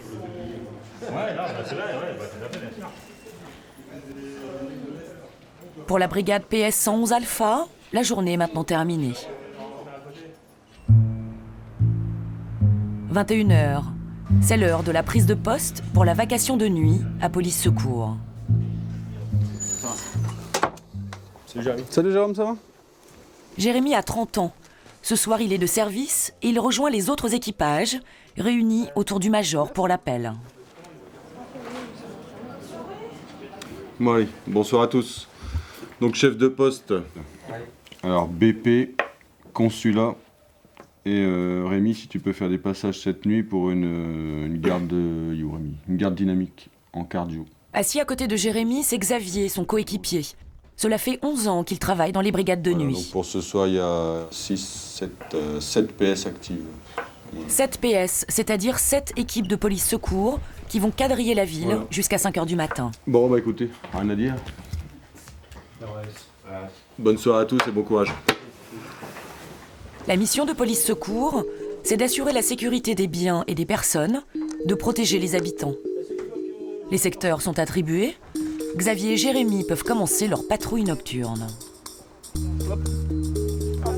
C'est la pleine lune, on va avoir du boulot. Ah, bah, c'est véridique, hein, quand il y a la pleine lune, généralement, les fous sont sortis.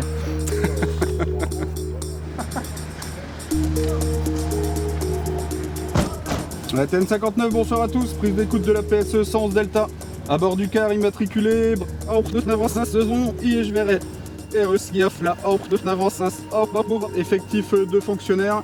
Horaire théorique 21h 5h10. Pour info, on a 2 journalistes à bord et on est muni d'un éthylotest. Reçu?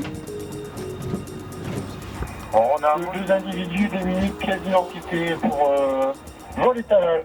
Ouais, c'est bien reçu. La première mission du soir vient juste de tomber.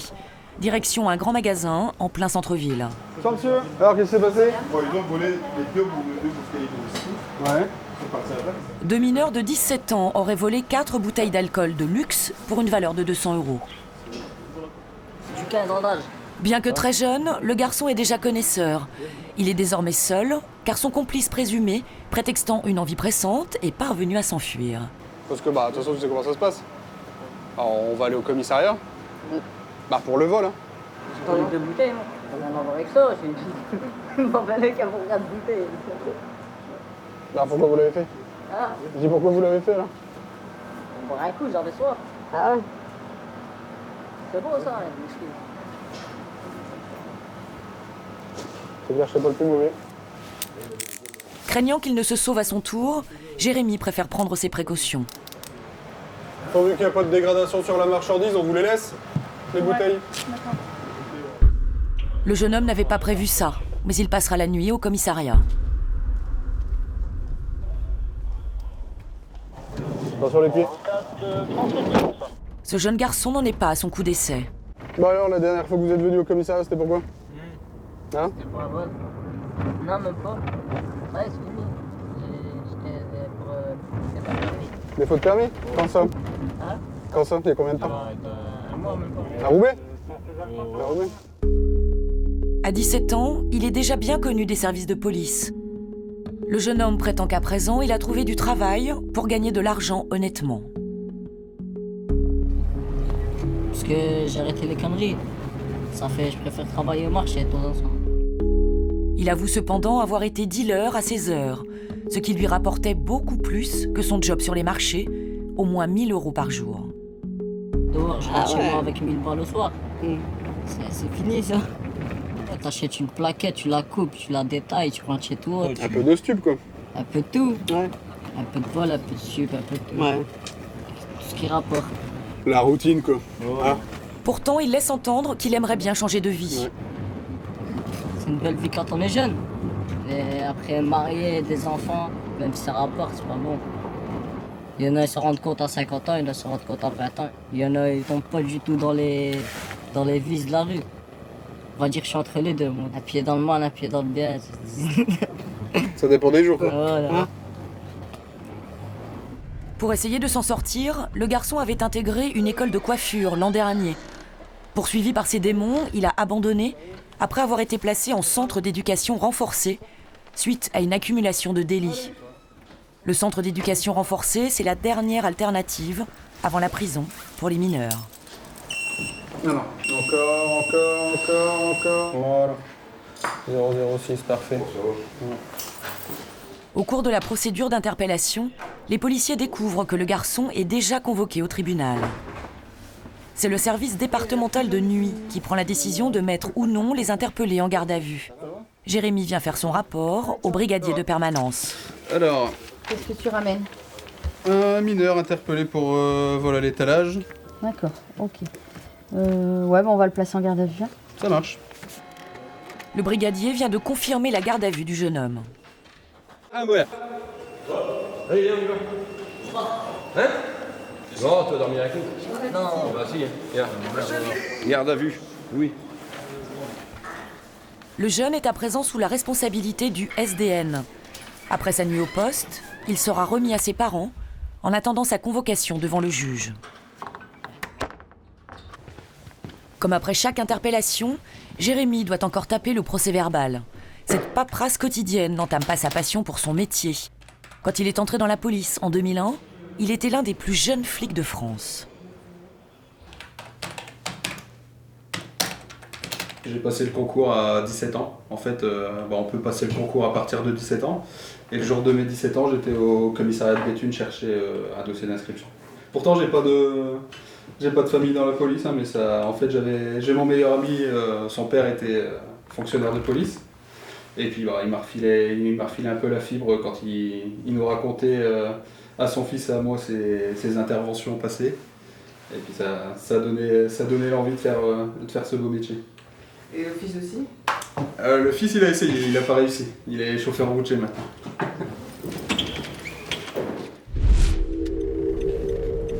« 22h, il est encore tôt. Les deux coéquipiers repartent pour une première reconnaissance des deux rues les plus chaudes du centre-ville, histoire d'en mesurer l'ambiance. C'est ici que les étudiants viennent se retrouver pour faire la fête. Donc voici les rues de la soif. C'est la concentration de tous les bars. Vous avez Masséna sur votre gauche et Solferino, c'est la grande ligne droite. Donc c'est quasiment bar sur bar. C'est calme pour l'instant. Ouais, c'est assez calme. Mais bon, ça peut vite changer. Hein. Ces rues ne s'animent qu'à partir de minuit. Car avant de sortir en boîte ou dans les bars, les jeunes commencent presque toujours leur soirée par une petite fête chez eux. Et la plupart du temps, ils font trop de bruit. Résultat, les voisins appellent le 17 pour se plaindre du tapage nocturne.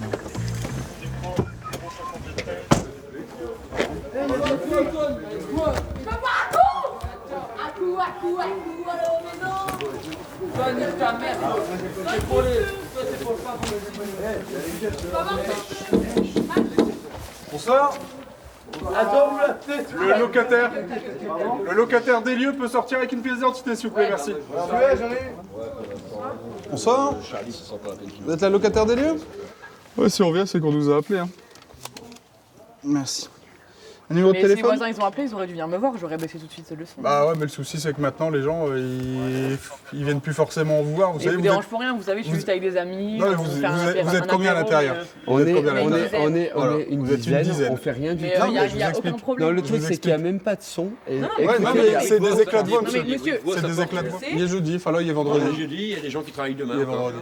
Vous baissez le bruit. On en reste là, c'est un avertissement verbal. Non, bah voilà. Vous avez l'air super simple. Bon messieurs, est-ce que ça vous dit de boire un petit verre? Tais-toi. Allez, vous avez une belle camionnette. En tout cas qu'on soit pas rappelé. Hein. Non, on va vrai. Non, mais déjà baissez d'un ton, regardez. Baissez d'un ton. Non, ton prénom tu m'as dit. Rentrez. Non, vous-même. Albert. Pour le moment, Xavier et Jérémy font preuve d'une certaine indulgence. Bon là je pense qu'ils ont compris, puis s'ils n'ont pas compris, si on est rappelé, bon, on les verbalisera pour un tapage nocturne. Les gens croient qu'à partir de 22h on doit plus faire de bruit, mais c'est pas vrai en fait. Il n'y a pas d'heure légale pour faire ou ne pas faire du bruit. Ce qu'il y a, le souci c'est que les gens n'osent plus aller voir les voisins pour dire de... À mon avis, il y a déjà eu des cas où le voisin qui venait gentiment demander de baisser la musique repartait de là avec un coup de poing ou un coup de pied et puis ça partait sur des violences. Donc maintenant je pense que les gens ne prennent plus de risques et puis préfèrent nous appeler pour qu'on intervienne, quoi.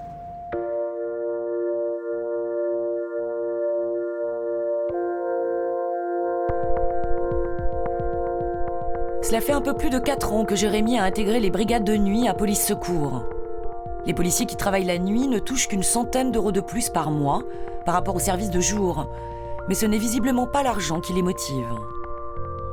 Au niveau des horaires, quand on a des enfants à s'occuper, c'est appréciable. On a toutes nos après-midi. Après, au niveau du boulot, c'est vraiment un monde à part, hein, comme c'est pas une légende, quoi. Le monde de la nuit, c'est vraiment autre chose. Et la nuit, on est toujours, quand on intervient, on est toujours en zone rouge. C'est-à-dire qu'on se méfie plus qu'en journée, à cause du danger, ouais.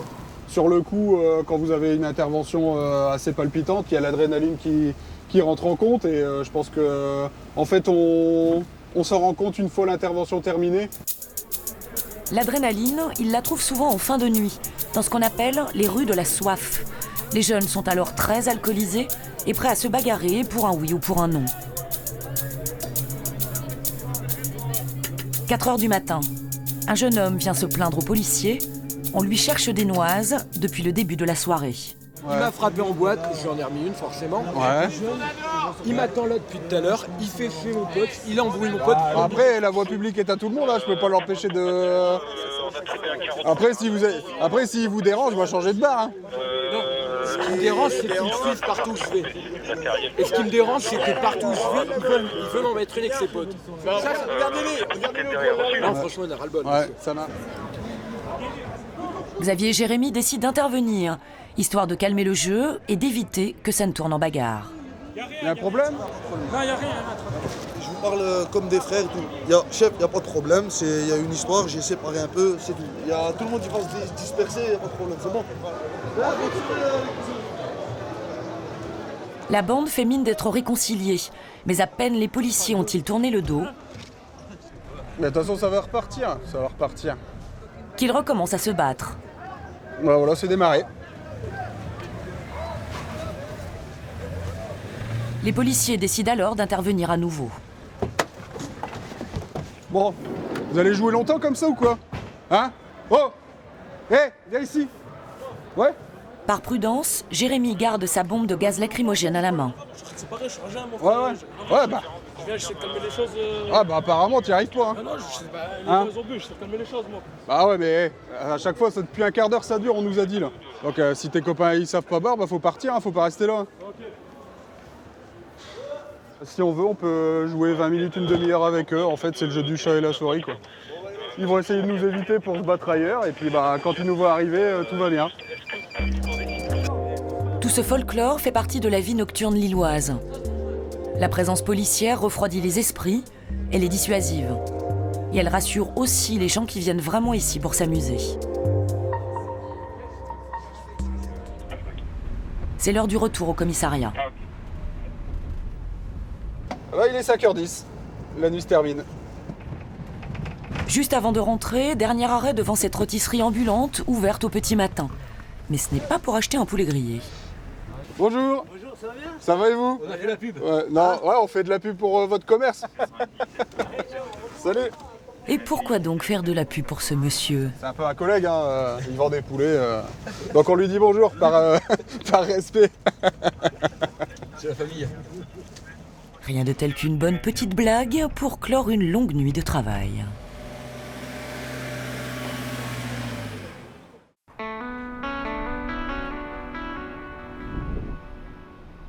« 8h du matin. Une nouvelle journée commence au commissariat central de Lille. Dans la salle de sport, mise à la disposition des policiers, Christophe vient s'entraîner dès qu'il en a l'occasion. Il reste... Attendez, ça tourne à 2 minutes et demie. Depuis 7 ans, il est formateur en technique d'intervention. Pour lui, maintenir une forme physique parfaite est indispensable. C'est important, surtout par rapport à l'image qu'on donne. Quelqu'un en tenue qui a une belle allure, on a plus envie d'aller vers lui, et puis ça aussi, je pense, impose le respect. Oui, Christophe a de beaux muscles. Mais s'il inspire le respect à ses collègues, c'est surtout pour ses compétences. Il a passé 14 ans au GIPN, le groupe d'intervention de la police nationale. En fait, on intervenait sur les forcenés, sur les assistances type 6h du matin, c'est-à-dire aller chercher les dealers de drogue, des violeurs, etc. etc. Et ensuite, on était habilité à faire aussi les mutineries dans les prisons et les protections de personnalité. Christophe est maintenant attendu par une dizaine de policiers au stand de tir. Attention ici, les conditions de sécurité sont très strictes. Départ ici.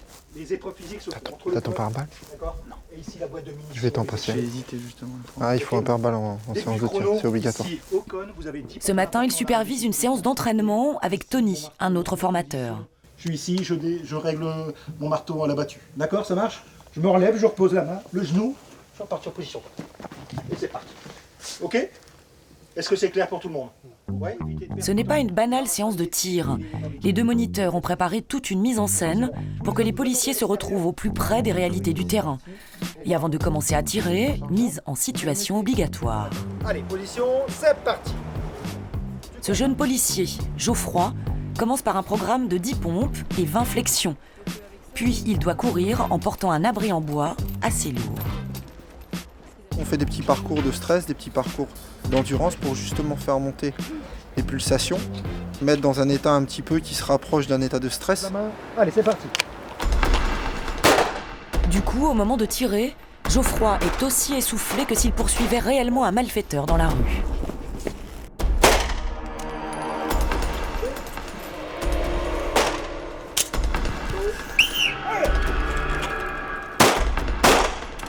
Plus vite. Allez, belle arme en sécurité. Geoffroy se montre un très bon tireur. Il doit juste corriger un petit défaut. 12 sur 12, très bien. Ça va? Ouais. Non, je trouve bien. Sortie d'arme nickel. Par contre, t'envoies ta première et la deuxième, juste, il y a peut-être une seconde. Ça doit faire bam bam. D'accord? Une, deux.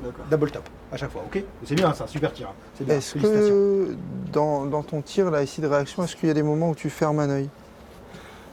Ça m'arrive des fois de fermer un œil pour...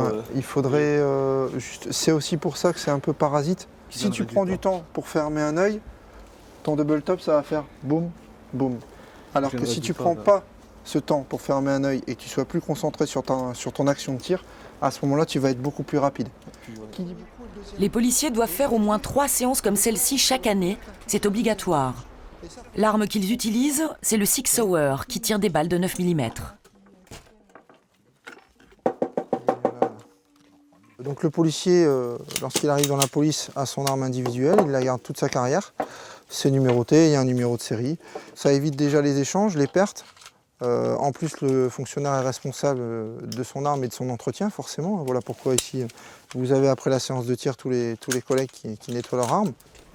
De plus, toutes les armes sont révisées chaque année par les armuriers. Merci. Au plaisir.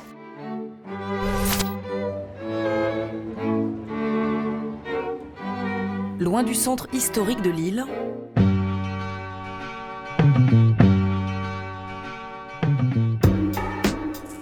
de l'autre côté de la ville, se trouvent les quartiers récemment classés zones de sécurité prioritaire. Des quartiers qui concentrent bien des maux. Recrutement de bandes, vol de voitures, circulation d'armes et surtout, trafic de drogue. Cette petite antenne de police dépend elle aussi du commissariat central. Située en plein cœur de la zone sensible, à Lille Sud, elle abrite la BST, la brigade spécialisée de terrain. Cela fait 20 ans qu'Olivier en fait partie et qu'il patrouille dans ces rues pour traquer toute forme de délinquance. Le camp de Roumain, il est là. Pour débuter la journée, visite dans le gigantesque camp de Rome illicite implanté en pleine ville, sur un terrain privé. Un bidonville de 3 hectares où habitent 600 personnes venues de Roumanie, de Slovaquie et de Bulgarie. L'un des problèmes récurrents dans cette cour des miracles, c'est que pour survivre, certains ici voleraient des câbles en cuivre. On va s'assurer qu'il n'y a pas du câble qui proviendrait de la SNCF. On a beaucoup de vols de métaux, des feux. En fait, ils font fondre le cuivre. Je ne sais plus combien elle est le kilo. 8 euros 6 ou 8 euros. Ils fondent ça, puis après ils refourguent ça à des ferrailleurs plus scrupuleux. Qu'est-ce que tu fais cramer là? C'est toi qui fais cramer des trucs? Olivier vient de repérer un feu bien à l'abri des regards sous ce hangar. Glé. Oh là là, caméra. Ça va comme vous voulez là? Voilà, donc là on fait fondre du cuivre. Pour revendre le câble volé, ils doivent d'abord brûler la gaine en plastique qui l'entoure. Et ce feu dégage des gaz toxiques. Enlève-toi, tu vas prendre feu là. Parfois, ces méthodes déclenchent des incendies extrêmement graves. Les policiers viennent de surprendre ces hommes en flagrant délit, mais problème. Comme ce sera pas possible de savoir d'où ça vient, on peut pas faire tenir du recel sur 3 bouts de cuivre malheureusement. Faut éteindre ça là, éteins tout de suite là. Les quantités de métal brûlé aujourd'hui sont insuffisantes. Et faute de preuves sur leur provenance, les policiers doivent en rester là, après avoir fait éteindre le feu. Mais ils ne font pas chou blanc à chaque fois. Pas plus tard que la semaine dernière, là, on a ramassé à peu près combien de kilos? Une centaine de kilos, hein, à peu près. 100. Le cuivre volé, ce n'est pas ce qui mobilise le plus la BST. L'essentiel de sa mission, c'est la lutte contre le trafic de drogue, principalement de l'héroïne et du cannabis. Une économie parallèle florissante qui se développe ouvertement, même en plein jour, au pied de ces immeubles. Donc en fait là c'est un endroit où les toxicomanes viennent consommer, à l'abri des regards. On voit des pochons là, petits pochons vides, qui referment en général de l'héroïne. On en trouve tout le long du bâtiment là. Le trafic de drogue est le fléau des quartiers.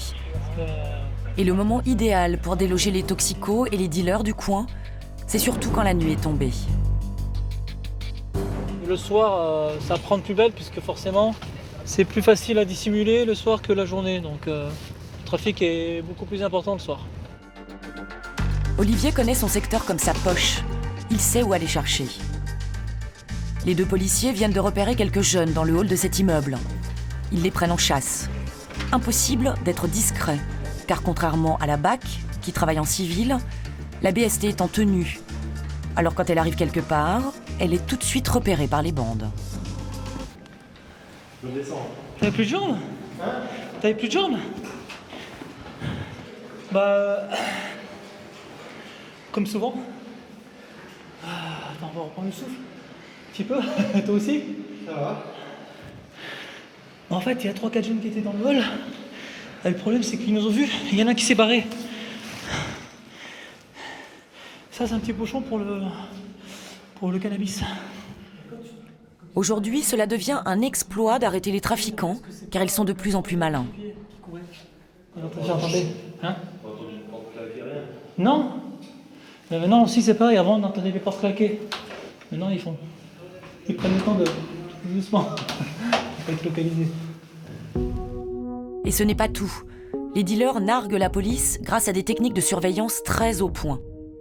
Par exemple, à cet étage, où pour notre sécurité on nous demande de tourner en caméra cachée, les guetteurs ont cassé cette fenêtre pour se créer un poste d'observation idéal. Donc en fait, dès qu'on arrive à l'angle de l'immeuble, ça crie d'en face. Et donc, ils ont un étage à monter et ils se cachent dans un appart. Oui, le problème c'est que pour les gens qui habitent ici, c'est quand même insupportable de rentrer chez soi et d'enjamber des jeunes qui sont en train de dealer, d'avoir des crachats comme il y en a partout, et puis de payer un loyer. Le rôle de la BST, c'est un peu de traquer l'intraquable. Même s'il perd souvent la partie contre les trafiquants, Olivier ne se décourage pas. Ça fait 20 ans que je fais ça, donc le jour où j'en ai marre, je me mettrai dans un bureau. Et pour l'instant, ça me plaît. La BST est une brigade de proximité qui n'hésite pas à aller partout pour assainir les zones de non-droit et maintenir la paix dans les quartiers.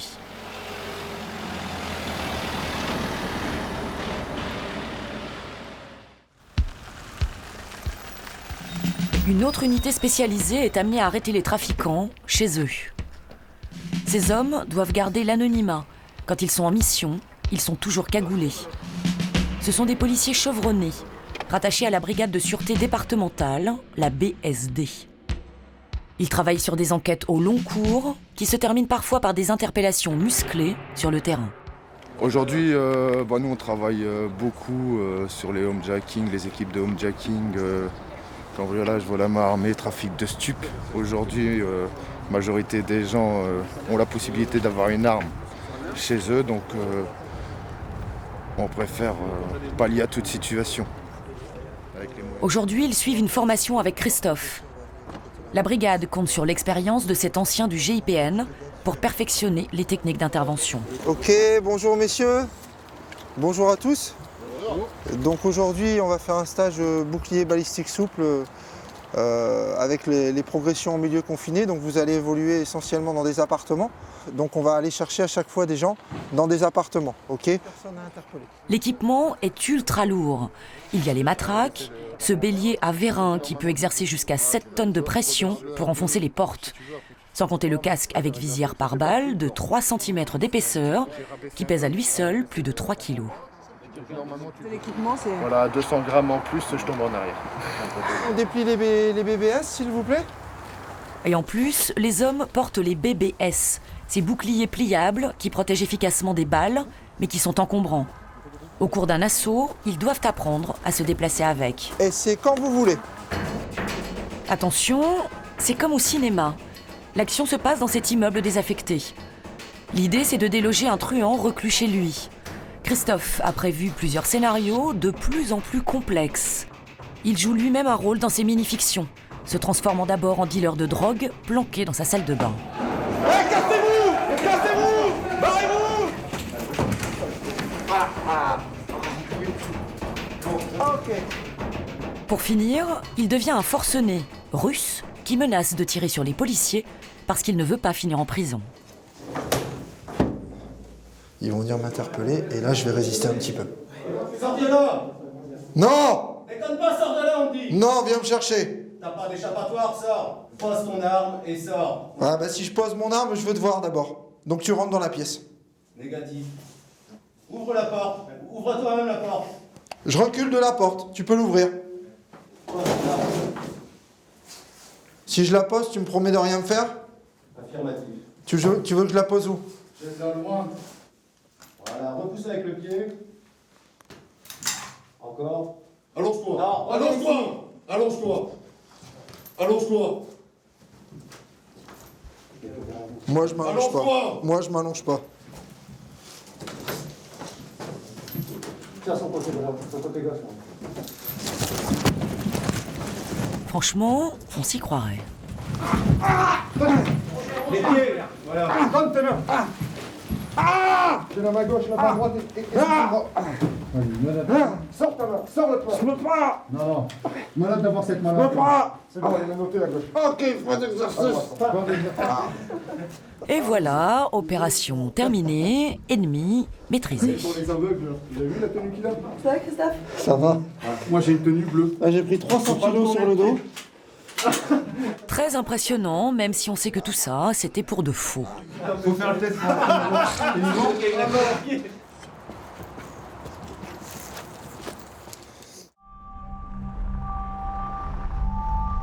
Côté police secours, Xavier et Jérémy entament leur 2e nuit consécutive.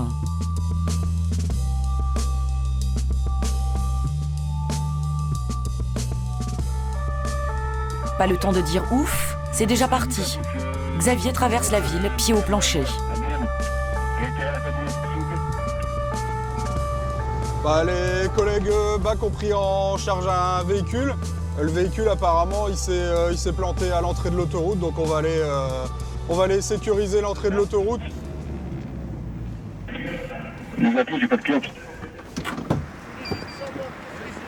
C'est une BMW qui a été repérée et poursuivie un peu plus tôt par la brigade anticriminalité, la BAC. À son bord, il y avait 4 jeunes.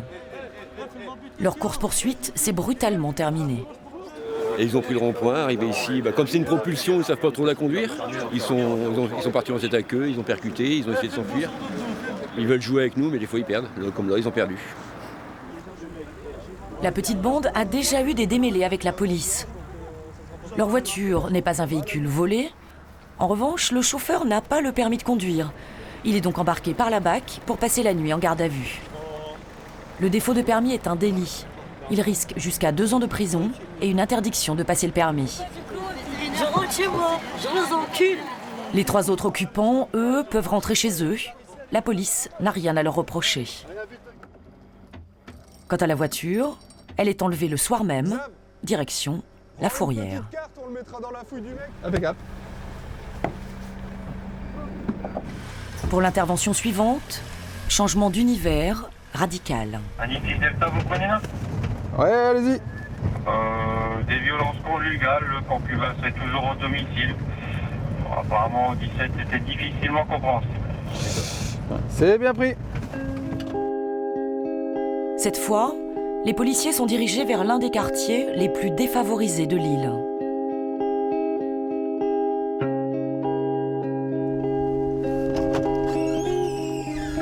Passé la porte d'entrée, il règne une odeur pestilentielle dans le couloir de l'immeuble. C'est la locataire de l'appartement qui a appelé le 17. Mais c'est un homme qui accueille Xavier et Jérémy. Bonsoir, c'est la police. C'est vous qui avez fait appel à nous? Non, c'est pas moi, c'est mon ex-concubine. Elle est où? Elle est partie comme ça. Elle est redescendue, c'était après son nouveau concubin. Il est parti. Son concubin, il est parti?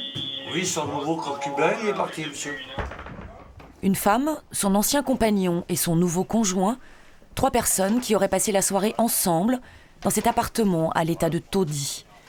Xavier doit même remonter son écharpe devant son nez pour supporter la puanteur qui règne ici. Et on est chez qui ici? On est chez vous? Non, ici vous êtes chez elle. Je suis SDF, monsieur. Oui, parce que quand je me retrouve SDF, elle est d'accord de m'héberger. Les policiers tentent de reconstituer ce puzzle sur fond de misère sociale. Et ça fait combien de temps que vous êtes séparés? Mais il est difficile de comprendre le récit incohérent de leur interlocuteur. L'urgence est maintenant de vérifier s'il y a eu des violences ou non. Ça s'est bagarré? Comment? On a bagarré ici? Ça s'est bagarré? Non, non. Ah ouais. Pourquoi il nous a appelés alors? Je sais pas, écoutez, je veux pas être méchant avec elle. Ouais. Mais, il y a un mais toujours. Mais à chaque coup qu'elle pose son nez dans l'alcool, Ah voilà. ça y est, elle commence. D'accord. C'est un fléau sur l'alcool. Ouais. Bon, écoutez, moi je vous le cache pas. Ouais. Moi-même je bois de l'alcool. Ah. Mais je fais attention à ma consommation. D'accord. Mais elle Enfin bref. Ouais. Ce soir, les policiers n'en apprendront pas plus. On va y aller, nous. Hein. Bah ouais. Hein, si elle revient et puis qu'elle a encore besoin de nous, elle rappelle Elle le va 17. revenir de toute façon. Bon. Hein. Ah ouais. C'est toujours la même histoire, toujours. Bon, allez, à plus tard. On découvre ici une autre facette de leur métier. Un gros chien, non? Un rôle d'assistante sociale qu'assument souvent les équipes de police secours. Bon. Malheureusement, on s'y est habitué, quoi. Hein, donc ça fait partie du boulot, ce genre d'intervention. C'est vrai que c'est malheureux pour ces personnes, mais bon, on va dire qu'on s'attarde pas trop non plus sur leur cas, parce que sinon, je pense que... On se construit une barricade. Hein, ouais. Parce que on devrait prendre toute la misère du monde, des gens sur notre dos, ben, ouais. Je on crois aurait que du mal. Hein. Ouais, on aurait du mal. Ouais. On aurait du mal. 2h30 du matin. Certaines nuits, les équipes font une halte au commissariat. Juste le temps d'un repas, préparé par le chef de poste, grâce à une petite cagnotte à laquelle tout le monde participe. Menu du jour, des frites. Bon, c'est quoi, t'as dit? Une saucisse? Et du cassoulet. Pas très diététique, mais effet anti-froid garanti. C'est une région viticole. Le temps nous le permet, on se fait un petit plaisir entre collègues. Oh, c'est pas toujours le cas, c'est selon l'activité, on est dépendant de l'activité qu'il y a dehors. Une dernière frite vite avalée, car justement de l'activité ce soir, il y en a.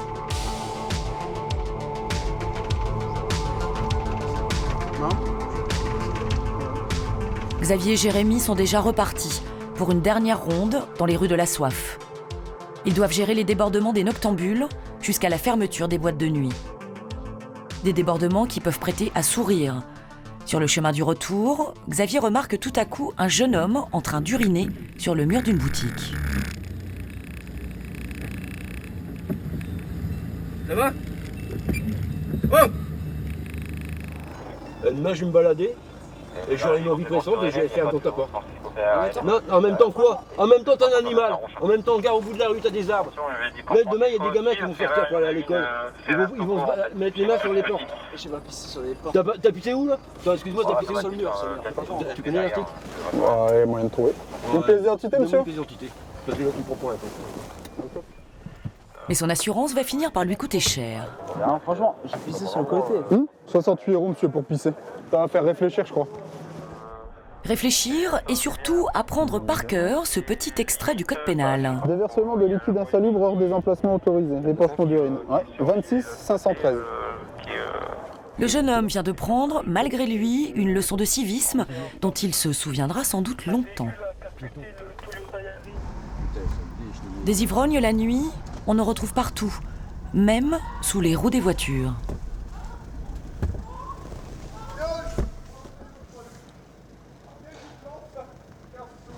Qu'est-ce qu'on disait sur l'alcool tout à l'heure? No comment, mais contrairement aux précédents, ces deux-là font sourire Jérémy. Oh, c'est des jeunes qui s'amusent, ils ont un peu bu mais ils s'amusent.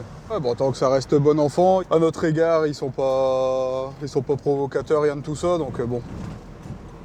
Ok messieurs, cette fois c'est l'heure d'aller se coucher, pour de bon. Témoin de chambre vide. Quand il ne s'absente pas plus de 2 jours du commissariat, un policier a le droit d'emporter son arme de service chez lui. Par prudence, Xavier et Jérémy préfèrent laisser la leur au placard. Pour eux, la vacation de nuit est terminée. Dans le couloir, ils croisent la relève, leurs collègues qui arrivent déjà pour la prise de poste du matin. Bon, ça a été impeccable. Ah, t'es la bonne 6 heures? Bonne nuit. Déjà 39. Car au commissariat central de Lille, on ne s'arrête jamais.